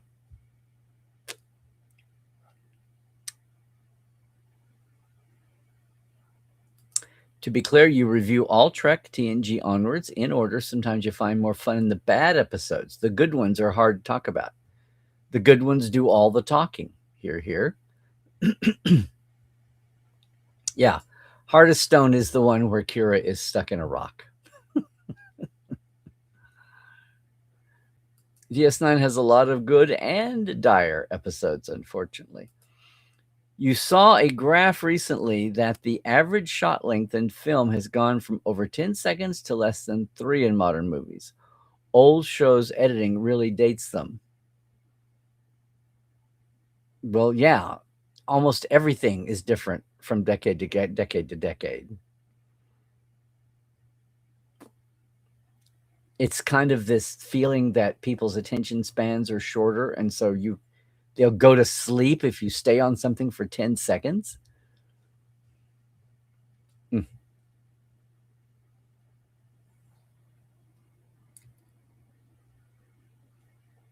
Well, you want to get a room at the Rio besides the heat outside. You want to get a room at the Rio just for and a lot of people stay at the Gold Coast. I finally, like I said, I'm a Gold Coast virgin no longer, thanks to the tour. But I just, logistics sake, just the time eaten up by the going back and forth. There's a handful, the old saying that the worst of Trek is better than 90% of what's on TV. There you go. That 12-year-old has it clear. It's all about the story, the characters, the situation, the writing. Yes. I need to check in on Beatrice and see where her career is now, 2 years later. Casablanca goes public domain in 2038, so I'd be surprised if we don't get some remakes. Yeah, there was a remake. There was a bad TV remake. I just remember David Soul played Rick. Oh, it was bad. It was just called Casablanca, and people were like, in the 70s, we were 50 years closer to the original, and people were just retching. Like, how dare you even think about it, much less. And then they didn't carry it off very well. They spent a lot of money on, fedoras and trench coats and ferns. Let you put it this way. There are lots of people who make Quentin Tarantino one of the top movie makers. And then I look at this and I see, sorry, nope. Well, I don't know about that swath, maybe of moderns, but I'm talking about like AFI. And yes, somebody should look up AFI top 10 all-time movies, see what they say. American Film Institute. Headquartered less than a mile from Paramount Pictures on the hill of Western. What are you saying here, Wanda? All is well. Finalizing your travel plans to Creation Philly in November. Excited for that event. It Can't Happen Here. Interesting novel that then turned into V. Well, yeah, with aliens. Hey. You're welcome, Mona. So, yeah, the topic of fascism, it's still there. I mean, der Schuss ist fruchtbar. Der Schuss ist fruchtbar noch aus dem das Krog. Too much for me to translate word by word. You'll have to help me. Last year, the first items were thrown at ICE agents happened in your hometown, Paramount, California. Oh, okay. Paramount's doing a big 60th birthday anniversary in Germany. Yes. A whole day in an amusement park with the German voices of Janeway, Neelix, Data, and Wesley. Is Data still Michael Pan? I met him years ago. He's such a sweet guy. And Charles Rettenhouse was the voice of Geordi, who asked for a little more money for the movies, and they let him go. But the only two voice actors to be the same characters all 7 seasons. Gerhard, I'm going to tell you, the channel in Germany that carries Star Trek is doing a documentary as well. And guess who's kind of the narrator of part of it? I can't wait to see it. Now, it may blow up, but they paid me to do that on the cruise. And it was kind of a in the moment thing. They had a lot of stars, actors they talked to. And they talked to, I don't know if they did any behind the scenes people. Hopefully they talked to Mike Westmore, et cetera, et cetera. But then they wound up grabbing me to be a connecting tissue kind of narrator for the fan side of thing. And I introduced the host to Rod Roddenberry. I have no trouble with spoilers. That's me, because no matter how much something is spoiled, you're still going to have reactions and fresh thoughts about everything. Movie part in Bottrop. There's also a permanent Star Trek ride. Okay. Philip, you do think the scary thing is that we're so far removed from World War II, 80 years, now that people think of it as ancient history rather than something relevant to their present. Well, some of us, it's very relevant to my present, are still here. But I know that's just the inevitable march of time, and right? Eventually all the sand in the upper hourglass is in the lower hourglass. Things shift.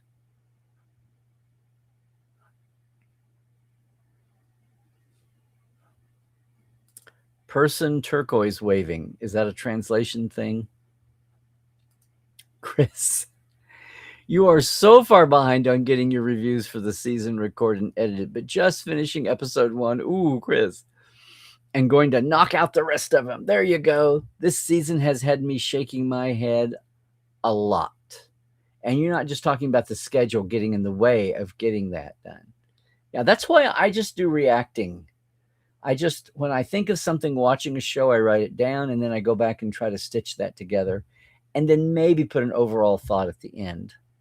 That's why it's a second opinion. Yep.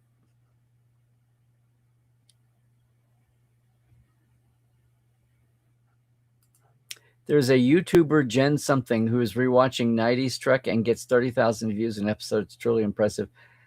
There's more than one. So Bunny, the reactor that started with the original series and moved through and all that, she was at Vegas, apparently. She was on that podcasting panel, which was interesting. To be clear, that fell out of the Watchtower is a very common German joke. Oh, okay. And see, from here, I'm thinking of the Jehovah's Witnesses magazine, The Watchtower. That fell out of the Watchtower is a very common German joke. My granddad volunteered for World War II, having served in the Boer in World War I, but was turned down due to age. Wow. Bear in mind that Ireland was neutral, so it was true volunteering. Oh, wow. Yes, Sean, I got you now. Hey, Captain Calvin.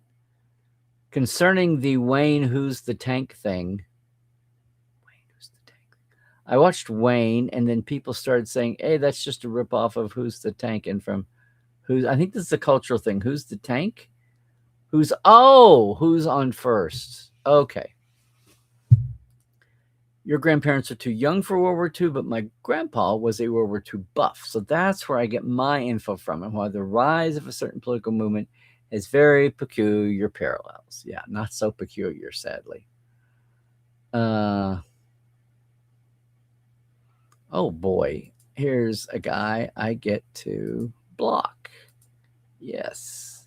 But at least it's not porn, it's just numbers, subscribers.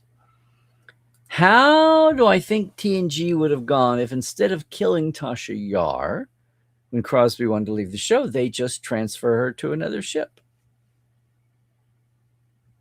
They want to give them a heroic death and not just say Adam went to town for supplies and we never saw him again. That's bonanza. And the third son.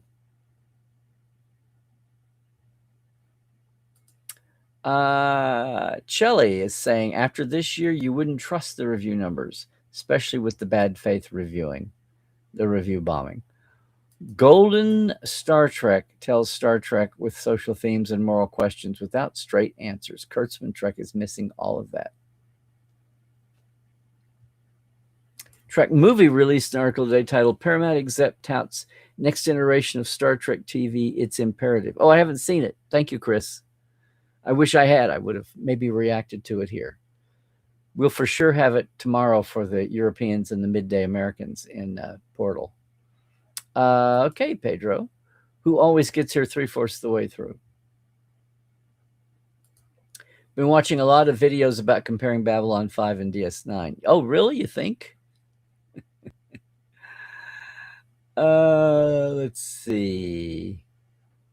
Captive Pursuit is a fun plot. O'Brien Cisco bending the rules to find a diplomatic solution that works for everybody. Yes.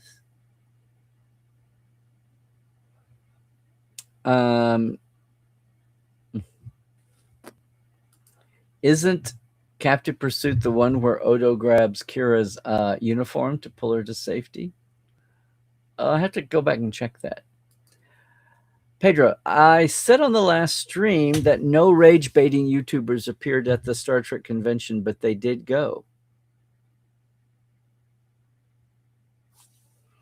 Well, who then? Don't leave us hanging. They didn't come up and introduce themselves to me. Unless you're talking about Mark Altman. No. The Visitor, how come Nana got an episode named for her and no one else got one? You obviously never saw the Brooks. You never saw the Picardo? Yeah. Mona, I know you too well. You will want to say what you want to say about the puppets. Oh, sure. Angel had that puppet episode. Buffy had a musical episode. Next, they will do Vampires and Slayers.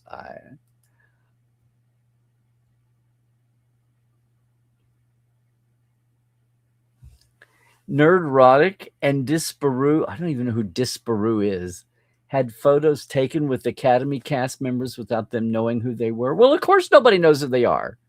Do they ever show that? Does Nerdrotic ever show their face? Gary got 2 people, but Disparu got the whole set. I think only Caleb's actor cottoned on. That was funny. Okay. You read ham-fisted as hamstered? No, that's not what he said. That's not what they said. Forget now who said it. But I remember ham-fisted. That's a great verb. Season 2. Well, so I'm just going to say season 2, that was 2 episodes out of 10. And I thought they brought them both over. And I was very worried about the musical. And they made it sci-fi. I even had a reverse think in the middle of it halfway through. And then I realized it was okay still. But I think 2 out of 10 is the limit. Can we just agree on that? Hey, better video. Agree there was something missing from this episode that made the stakes seem a little contrived, but the character work, social commentary, and absolute stellar art direction made it worthwhile. Hi, better video 360. I almost thought you were going to be a bot here or a commercial thing, but okay. Made the stakes seem a little contrived. Yeah, sometimes I think they get so... I think sometimes there's been maybe it's shooting with the AR wall, maybe it's getting all into the details, but then just the overall flow seems off. It seemed like that happened a lot last year. Maybe they had some directors who were a little over their skis in trying to reach out and have a lot of first-time directors come in. And well, here we go, Pedro. Proof they need a new person managing. We'll see.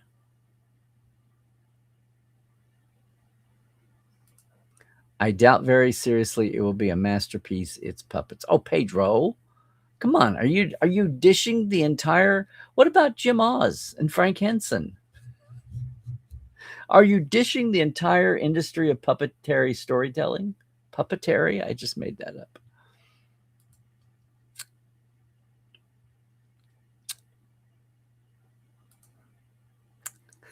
Chris,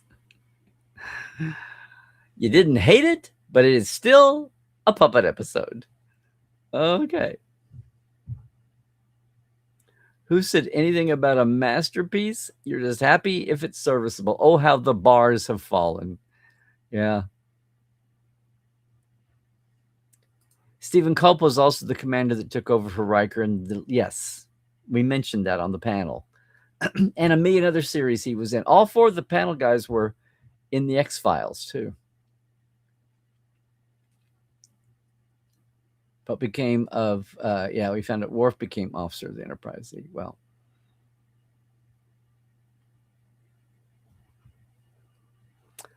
Ian Swift is with us also. Hello, Ian, sir. As far as the buying demographic of 18 to 35, I went over a nearly hour-long walk through Forbidden Planet UK and was disappointed to see one Eagle and one Thunderbird 3 model among all the Who. That's weird, and in the UK too. That's true, but you like every episode. When you consider, hi Laura again. When you consider the age of first-time homebuyers, average is 41 now. Yes, the 18 to 35 age bracket has little disposable income, right? Unless it's Starbucks or something. Hey, Ian, Scottish Trekkie from Edinburgh. I'm going to Destination this Friday. Okay, we'll have to hear back from all you because I'll hear what happens from our European portales too. Like I said, I could have lived without the zombie episode. You can live without the musical one. There you go. But Better Video 360, the musical episode is in your top 10 of all time. Different strokes. Actually, I think Star Trek Continues did a better black and white episode than Strange New did. Hey, Trek reviewer, I will take that for the whole group along. The people who still talk about being part of Continues, and that's the kind of thing that makes people very proud. I know it made James mentioned that at Vegas on a panel we shared. There is a handful of episodes even you don't like. Yes, Frake's got to start playing Captain America cons. And didn't he do it on the sidewalk, like for tourist photos in LA?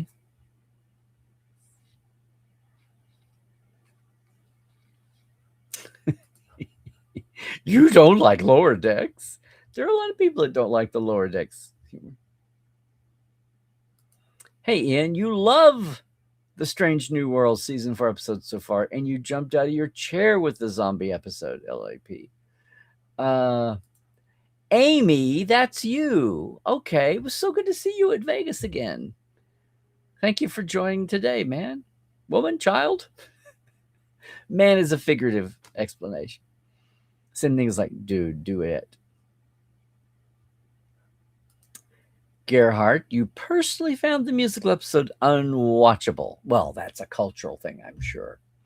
But many people loved it, and it got a lot of buzz. It has the most ratings on IMDb, 50% more than the next one, Those Old Scientists. So the original 2 Big Swings episodes. The Wilbur, named after Wilbur Wright, the brother of Orville Wright. Thank you for clarifying that, Sean. I'm sure that went right over no one's head. Why don't you like TNG's Lower Decks? I don't think that's what they were referring to.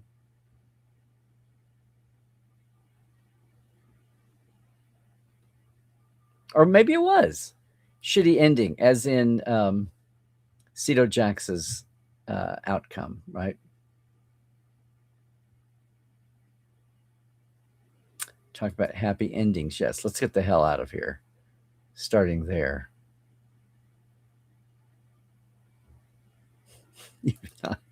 You've not seen Star Trek until you've seen it, heard it in the original German.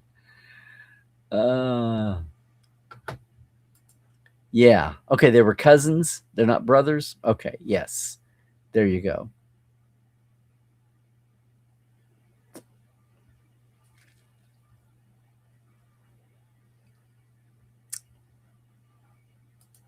Okay.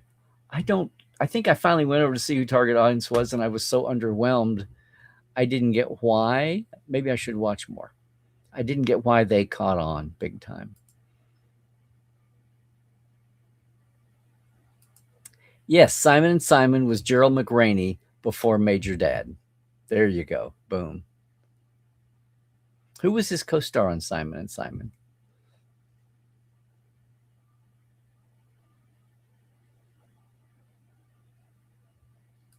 Mona, you don't think Trek has bombed this year. Just because you're not fond of some episodes doesn't mean it's bombed. But I don't understand how viewers are counted with streaming, which of course I do. Yeah, that's this whole transparency. That's what the strikes were about. People still, I keep raising this issue. Is it a legitimate? How does it work as a business model? Only Netflix seems to know now. Everybody else quit pretending they understood.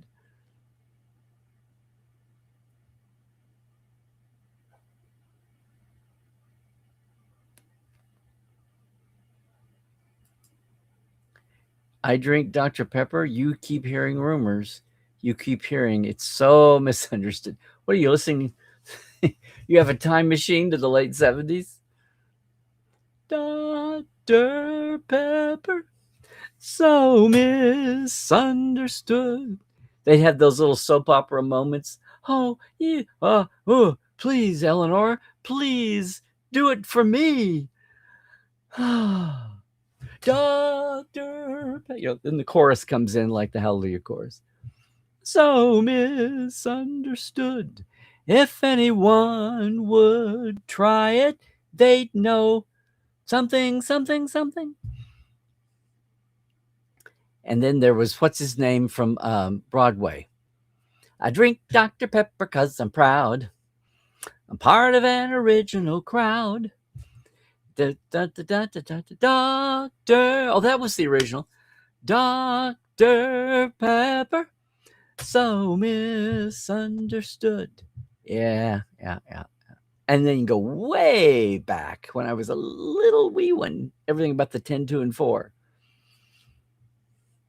Drink a bite to eat at 10, 2, and 4.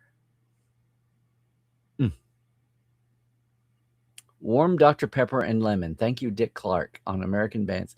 Dr. Pepper was the sponsor on American Bandstand for years when I was a little kid. Little kid.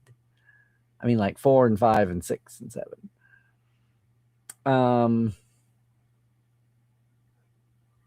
What do you say? Barely rained for 3 months. I've been apologizing to the Americans that come over to see the famously green Ireland and everything is yellow. It looks more like Spain than Ireland. It looks more like Oklahoma in August, I'm sure. At least it's not brown if it's only still yellow.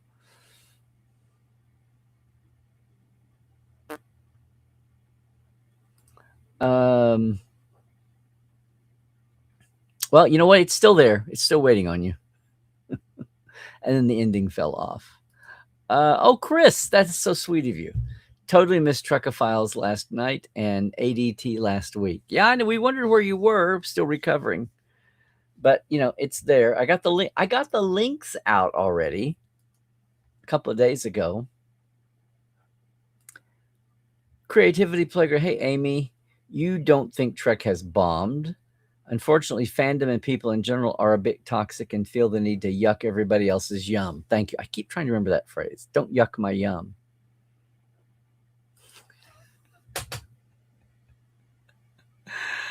Oh, Gerhardt. Then I'd have to come up with a formula. I'd get Janet involved in this, Dr. Trekker. I never thought of that before. Dr. Trekker. Okay.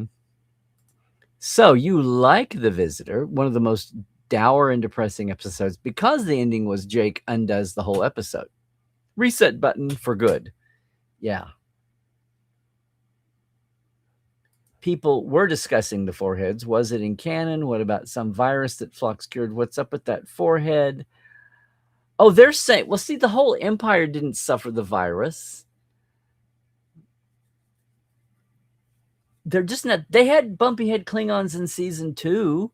What they had the bumpy head Klingons on Discovery. I love these people that just wake up and decide they're going to talk about something. So, well, where were you 3 years ago or 7 years ago? This revival has been around for 9 years now. 9? Yeah, 9. Chelly, I didn't even notice the foreheads. I noticed the matching cores. I was hoping they would go look at Kor's forehead and match it, and they didn't. So now I have retconned that. Kor obviously had the augment virus in treatment between now and when he's with Kirk, and then 100 years later, he got his bumps back, his ridges back. Yep. You think Kor should have had the smooth forehead from TOS because he did the smooth forehead it's 5 years later. I know, Trex, I wondered, but since they're sitting there thinking, we're going to confuse people. Yeah. Yes, Kor was from TOS. And then brought back a century later on DS9. Sorry, you're absolutely right, Pedro. We do not discuss such things with outsiders. Concerning the question if Trek is changing too much, I'm honest, maybe we should stick with the show even if it's changing too much. Okay, not sure exactly what you were getting at there.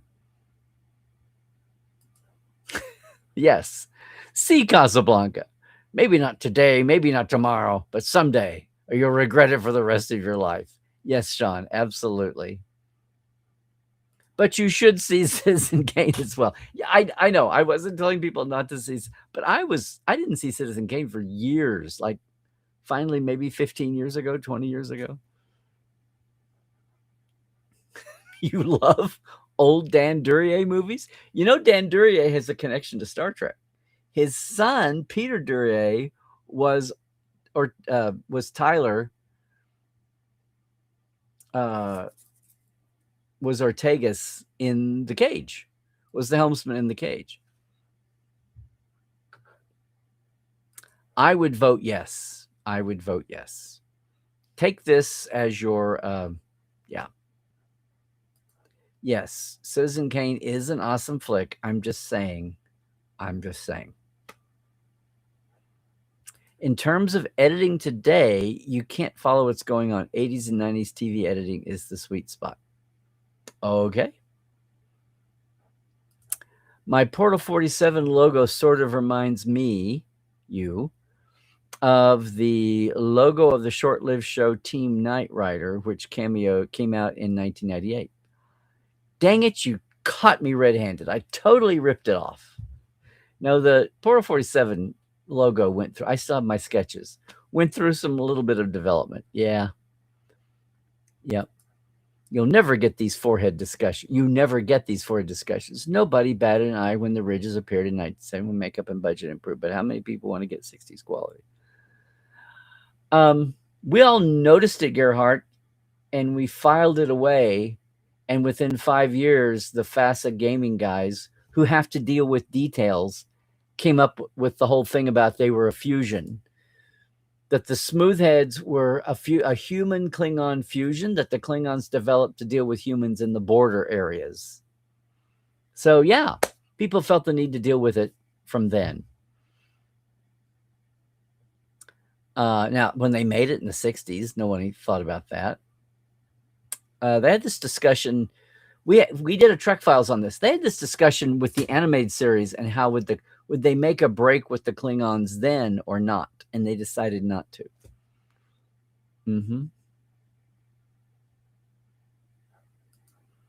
Oh, Chris, when they commented that they don't look like Klingons, you thought at first they were talking about the augment Klingons from Enterprise, but it was just that they were expecting to see Klingons.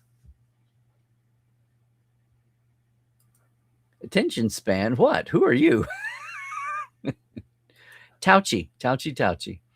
Ian says, I also loved and enjoyed the Strange New World episode with Una Chen Riley, leading role in a detective novel crime suspect episode, and Kor getting a shout out. Wow, never saw that coming. I know.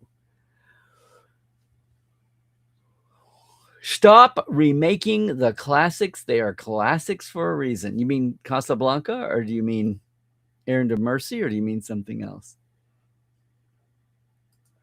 Do I have any more Trek scripts in the trunk, or are you out of them now? Philip, I've got a whole slew over here, but I need to see about them as a set versus other things. Rick's Cafe Americaine. That was a nice reference in Magnum PI's first episode. Don't Eat the Snow on Hawaii. Ooh, you know the episode, the pilot. As far as Casablanca, it still amazes me that Conrad Veidt is in the film, and it was in Cabinet of Dr. Caligari as Caesar the Somnambulist. Talk about range. There you go. And he wasn't hung up by any stereotypes about German actors. 80s and 90s, please. Philip, you're fine with remakes and reboots. Boy, we're going to have the discussion today. We're up, what are we up to now? At 2 hours? Yeah, 2 hours. Constantly doing a new version of any Shakespeare play. Well, that's theater. Plays are meant to be reimagined and all that. Sometimes a new iteration becomes definitive for. Yeah, absolutely. Yes. Ah, der Schrost is fruchtbar noch aus dem Kaskrok means, yeah, the frackers are still out there. Okay, thank you. Citizen Kane, The Godfather, Casablanca, Raging Bulls, Singing in the Rain, Gone with the Wind, Lawrence of Arabia, Schindler's List, Vertigo, Wizard of Oz. No, Mona, tell me what you really think.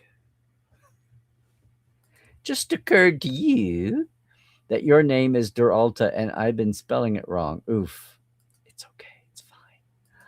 You, Gerhardt, will never understand why we've gotten so little of Una in. That's kind of, this is supposed to be the Una episode, because that was the same thing with Ortegas for so long until more Ortegas became a meme, a wave. Yeah, Rebecca Romaine's a big name, and she's a big talent. She's a tall talent too.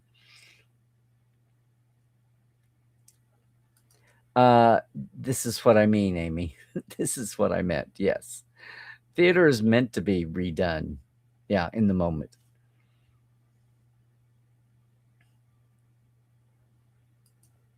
Oh, see, alt I think about as being higher, not older, but okay.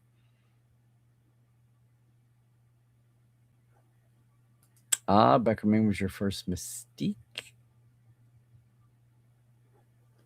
when she was still married to Uncle Jesse. Uh-huh.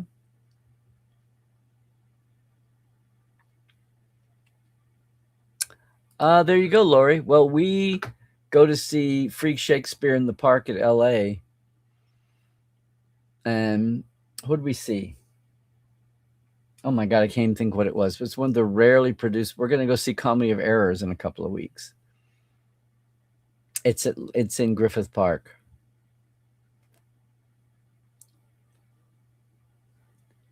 Jen's thumbnails are a switch off for me. Oh no.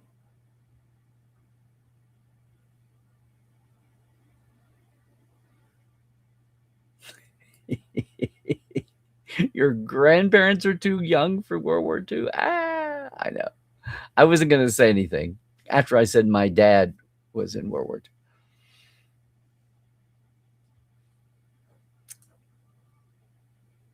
No, that's not a reason. She felt like there were too many actors and she was getting nothing. And then she said, well, if they'd written a role the way they wrote it for my death episode, I might have stayed. And she instantly, resented it. I mean, she instantly regretted it.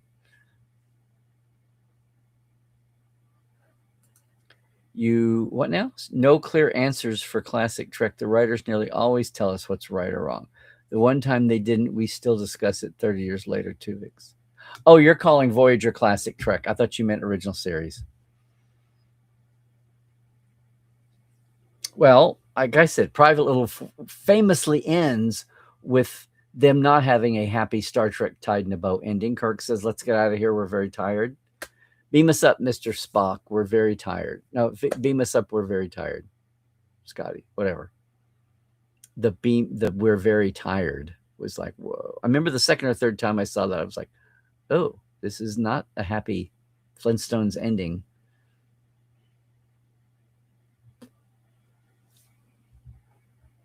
Well, that's your New York, I don't know, Bronx, Queens, coming through.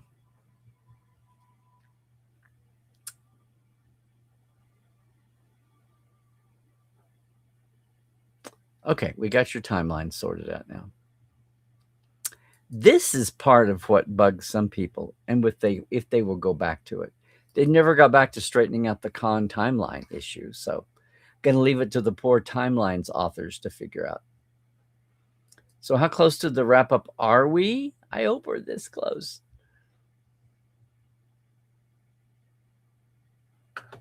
Okay, Duralta, but then you're just weird. No, we need at least 18. I'm gonna say. I don't want to kill the crew. 26 shows is a killer schedule, you all. Especially if it's still the same 7-day shoot schedule. That's a killer for people and lives and families. So I'm gonna say maybe 18.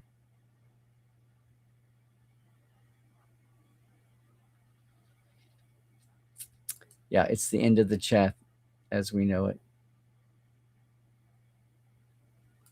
Why would any successful young actor know some random YouTubers? Yeah, very random. I didn't say that. Unless we're going to pick and choose qualities.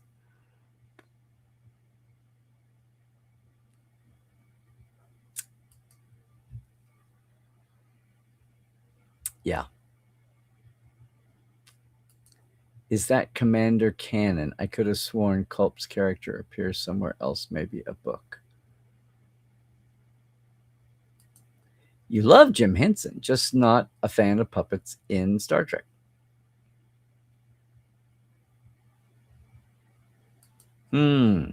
Okay. With the way Kurtzman runs Star Trek, I'm surprised that HR puppet stuff is not turned up yet. Where'd you go when things get rough? Oh, I hated that show. It was such a dip show. I was aged out of Saturday morning. I thought, I was like, why are they casting this British kid with a lisp? I didn't know he had just done Oliver on Broadway. But to me, it was like, Freddy.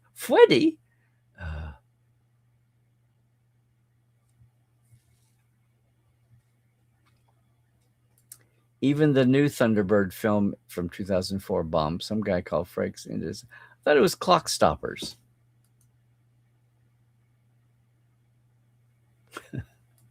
Yeah, all in how you look at it, huh? The music was really good. Yes, and catchy. The black and white episodes of Continuous was Mind Sifter. No, it was called. That's phase 2, I think. No, it was called What Ships Are For. I think it was episode 9, and the finale was 10 and 11.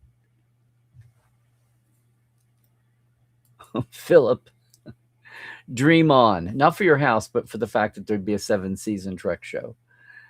Yeah.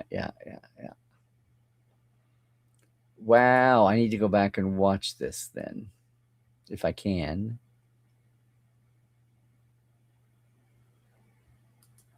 In other convention news, thank you, Gerhard. FedCon has acted Kate Mulgrew for 2027. Plane tickets are already sold, which didn't happen until December last year. Agree on one thing again.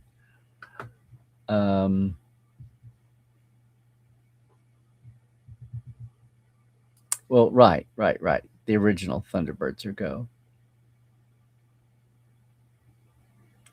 Jameson Parker was the other Simon. Okay, there we go. Who had aged out of the Hardy Boys by then. Cito was secretly recruited by Section 31. Changed my mind. Could been. I still say that Admiral Pressman and the Pegasus was a Section 31 project. I say that the Enterprise incident with Kirk undercover to get the Romulan coding device was Section 31 in hindsight. Target audience, really pay attention to production details like writers, directors, guest stars, but it can be annoying when they do that to pick apart an episode.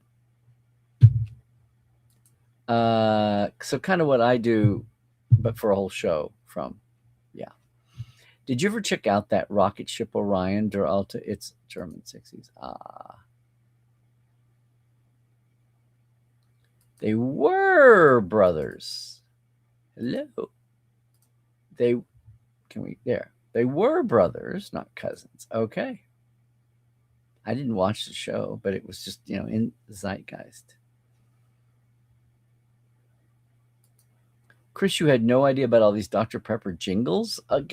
There's this thing called YouTube, Chris.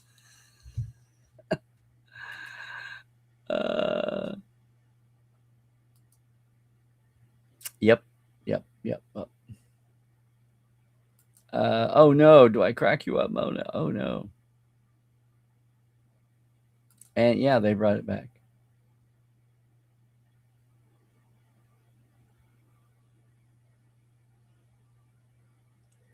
This is how we'll know we have advanced technology.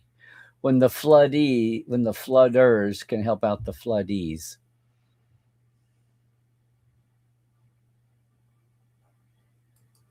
Yeah, that's the idea, but sad. Imagine trying to explain the Klingons in Discovery and their houses rubbish they created. What do you mean the houses? Klingons had houses. Klingon was it was an awkward, horrible way to get to it. But when you get to it, you've solved the idea that Klingons are so monospecies and they're over this entire empire for hundreds of years. Did they all come out and spread outward from Kronos?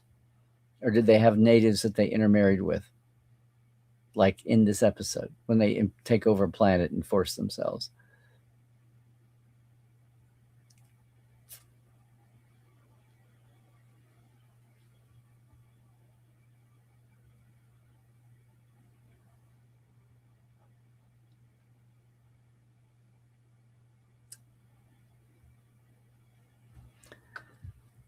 Maybe there are anti-vax Klingons who come around to the treatment.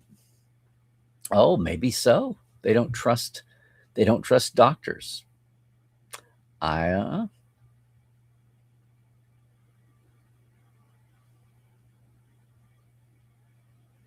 Wasn't Kor the old Klingon who got so drunk Odo put him in jail? Yeah, Lori, but Kor was something before that. For one thing, that's Blood Oath beginning, right? Then he comes back later. You need to see Aaron DeMercy TOS if you have not done so. And it would help you with this episode too. My point was we should just watch Trek and acknowledge and then ignore that there are some stinkers out there. Stand by Trek. Oh, yeah. You never not talk about it or notice them. But yeah, eventually you have to.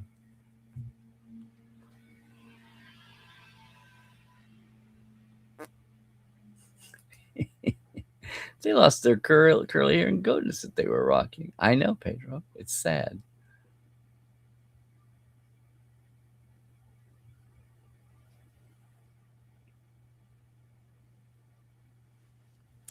Wow, I'd forgotten this. I never watched Knight Rider.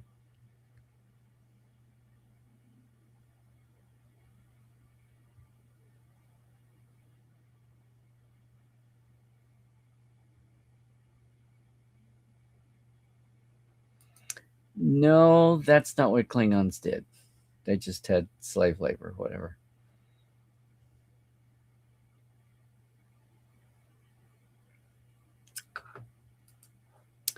Yeah, Lori, you have not seen Blood Oath. That was the point of Blood Oath, that Curzon had known Kor and Kang and Koloth. And then they didn't care that, well, some of them cared, but Kor didn't care that Curzon Dax was now Jadzia Dax. Yes. Now, that is something, yes, that happened in real life. But what am I getting back to? Klingons, not so much about like the population bit. Okay, Philip, I will let me know. They're all studio. They're not copies, not even Lincoln copies. Although Lincoln copies from the 70s and 80s are kind of collectible now too. These are studio. Anything I have is a studio script. You really like season 3 episode of Voyager Displaced, but well, what was Lisa Klink thinking? That episode is crazy. Thank you, Mona. Those were the AFI top 10. See, Casablanca's in the AFI top 10. Think about this. A race of aliens slowly take over Voyager one at a time by replacing people, but there's a 90-minute gap between each person replacing someone, and there's 148 people in Voyager.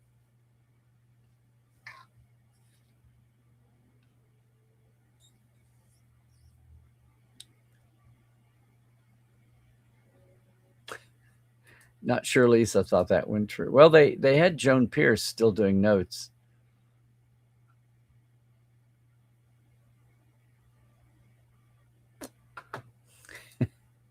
Much ado about nothing. What you doing? Nothing.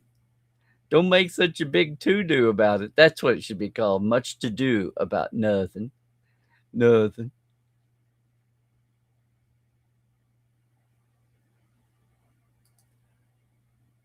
Somebody said they could have just duplicated Tuvix and let it all happen.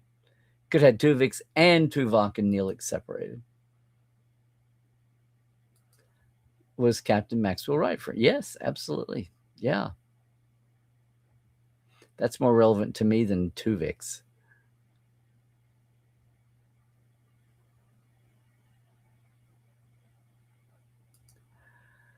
Oh my goodness. He didn't have a leg to stand on. His whole personality was stolen from Tuvok and Neelix. In that sense, Janeway had a right to get rid of him. Well, or to restore the status quo. What did Tuvok and Neelix deserve? Why did they deserve a lifetime of having it be snuffed out when this guy just popped into existence?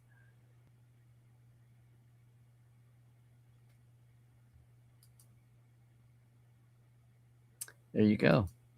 Well, thank you, Shelley. I'd stay away from 15 just because that was already an imposed number to begin with. Yeah.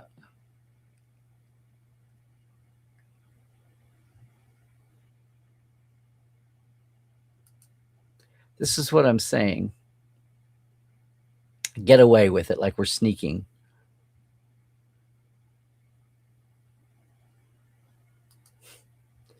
Oh, now, Sean, be careful. Yeah, watch with the Elmer Fudd modifications to modern life.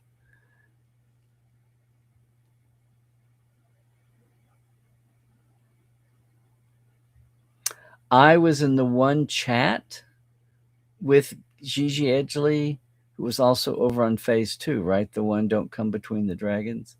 I don't think I'm in it. Worked on it. I was there. 15 a year. Okay.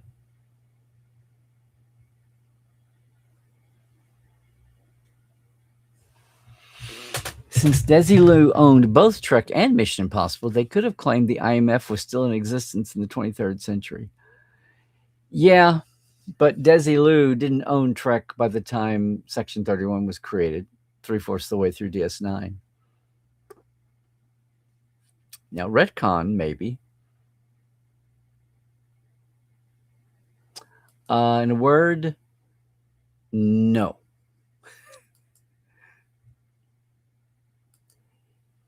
Yes. I forgot his name. And several other things. He was very hot right in the late 70s there.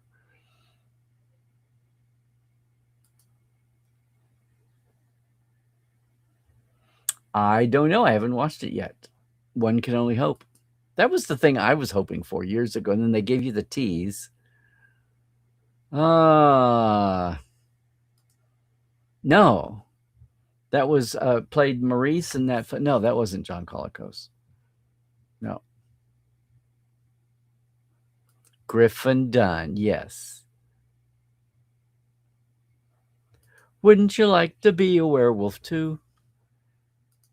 Come on. Boom. There we go. Yeah. Be a werewolf. Hey, be a werewolf. There you go, James Callis.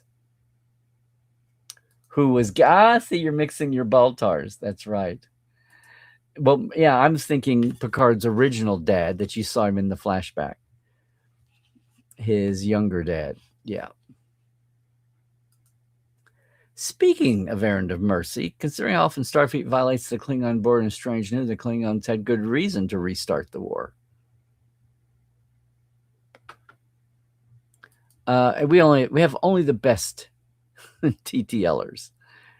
Come on, guys.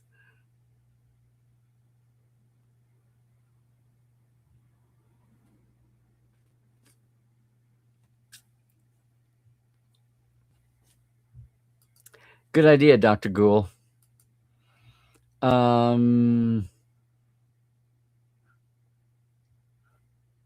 Yes, that was an odd kind of thing. Interesting.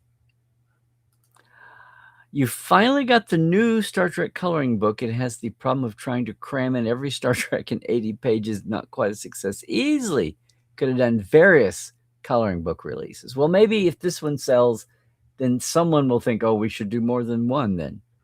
Did I know the famous Folgers incest commercial? Oh, the sister is played by Jeffrey Combs' daughter. No, I did not know that. You have to explain to people what or look it up. The Folgers incest commercial was, yeah. Oh, there is a photo of the two of them next to each other. Okay. The wrap up. Spectrum is green. There. Done. Yeah, I think so is the chat, gang. Hey, you guys, thank you so much. Remember, it's time for Trekland Trek season. There we go. Boom. Yep. Get a hold of me if you're in LA and you want to do your own customized away mission, 4 stops, fast food lunch. I pick you up and get you back wherever you're staying. We pre-plan it and do as much as we can get done in that 6 hours or so. Kind of amazing. Big shout out once again to all of my TTLers and my live wires. See, yes, everybody, including Josh Reeve. Thanks, everybody. Hey, if you want to help out with that, it's very easy. $5, $10, or an amount of your choosing at patreon.com/Trekland Live. The other Patreon is the Patreon for Mission Log. On Patreon, it's for all the Roddenberry podcasts and their meetup spaces, and that includes our meetup space. It's $1 a month minimum for the Trek Files. It gets you everything, not just the Trek Files access. But yes, every other Monday at 4 p.m. we have Trekophiles tonight, but the message boards are there. And of course, the Trek File is out there for everybody every Tuesday. Get this week's author and documentary filmmaker, Jeff Morris, talks about his new book, A Future Askew, and his inspiration from Trek in writing it and using the citations. I think we start with the Doomsday Machine and AI. Yeah, that's our launch point. Hey, it is Larry Dmytruk on the Twitters, on the Blue Skies, Larry's Trekland on Facebook, on Instagram, and YouTube right here. Please make sure you have subscribed before you get away today, gang. And it's portal47.net if you really want to deep dive with the backstage creative folks and have Dr. Trek share his tales and his insights and his opinions with you, with our guests, etc., etc. That's going to do it for today. Another summer spectacular. Did I stir anything up about audiences and non-connection of younger audiences or people who don't get some of the allegory? Is there still a place for allegory, for metaphor in Star Trek, or do we need everything to be on the nose? Seems like a crazy question, and yet people would say the same thing about second screenwriting, and that they're just reacting to the cultural reality of where we are. I would rather fight the cultural reality and get back to cultural normal so that I don't feel so doomed about the future of the planet. Oh my gosh, people making intelligent decisions based on facts and not just emotion, so that we're back being cavemen again. Oh, let's not go backwards, please. Please, please, please. As Star Trek often preached about. Gang, that's it for today. We'll see you back next Tuesday. We'll be counting down to Star Trek Day. We'll be counting down to, the end of Strange New. We'll see where we are then. And until then, please, everybody, please stay healthy, do all the things. Please stay awoke, check the sources, and Trek well, everybody.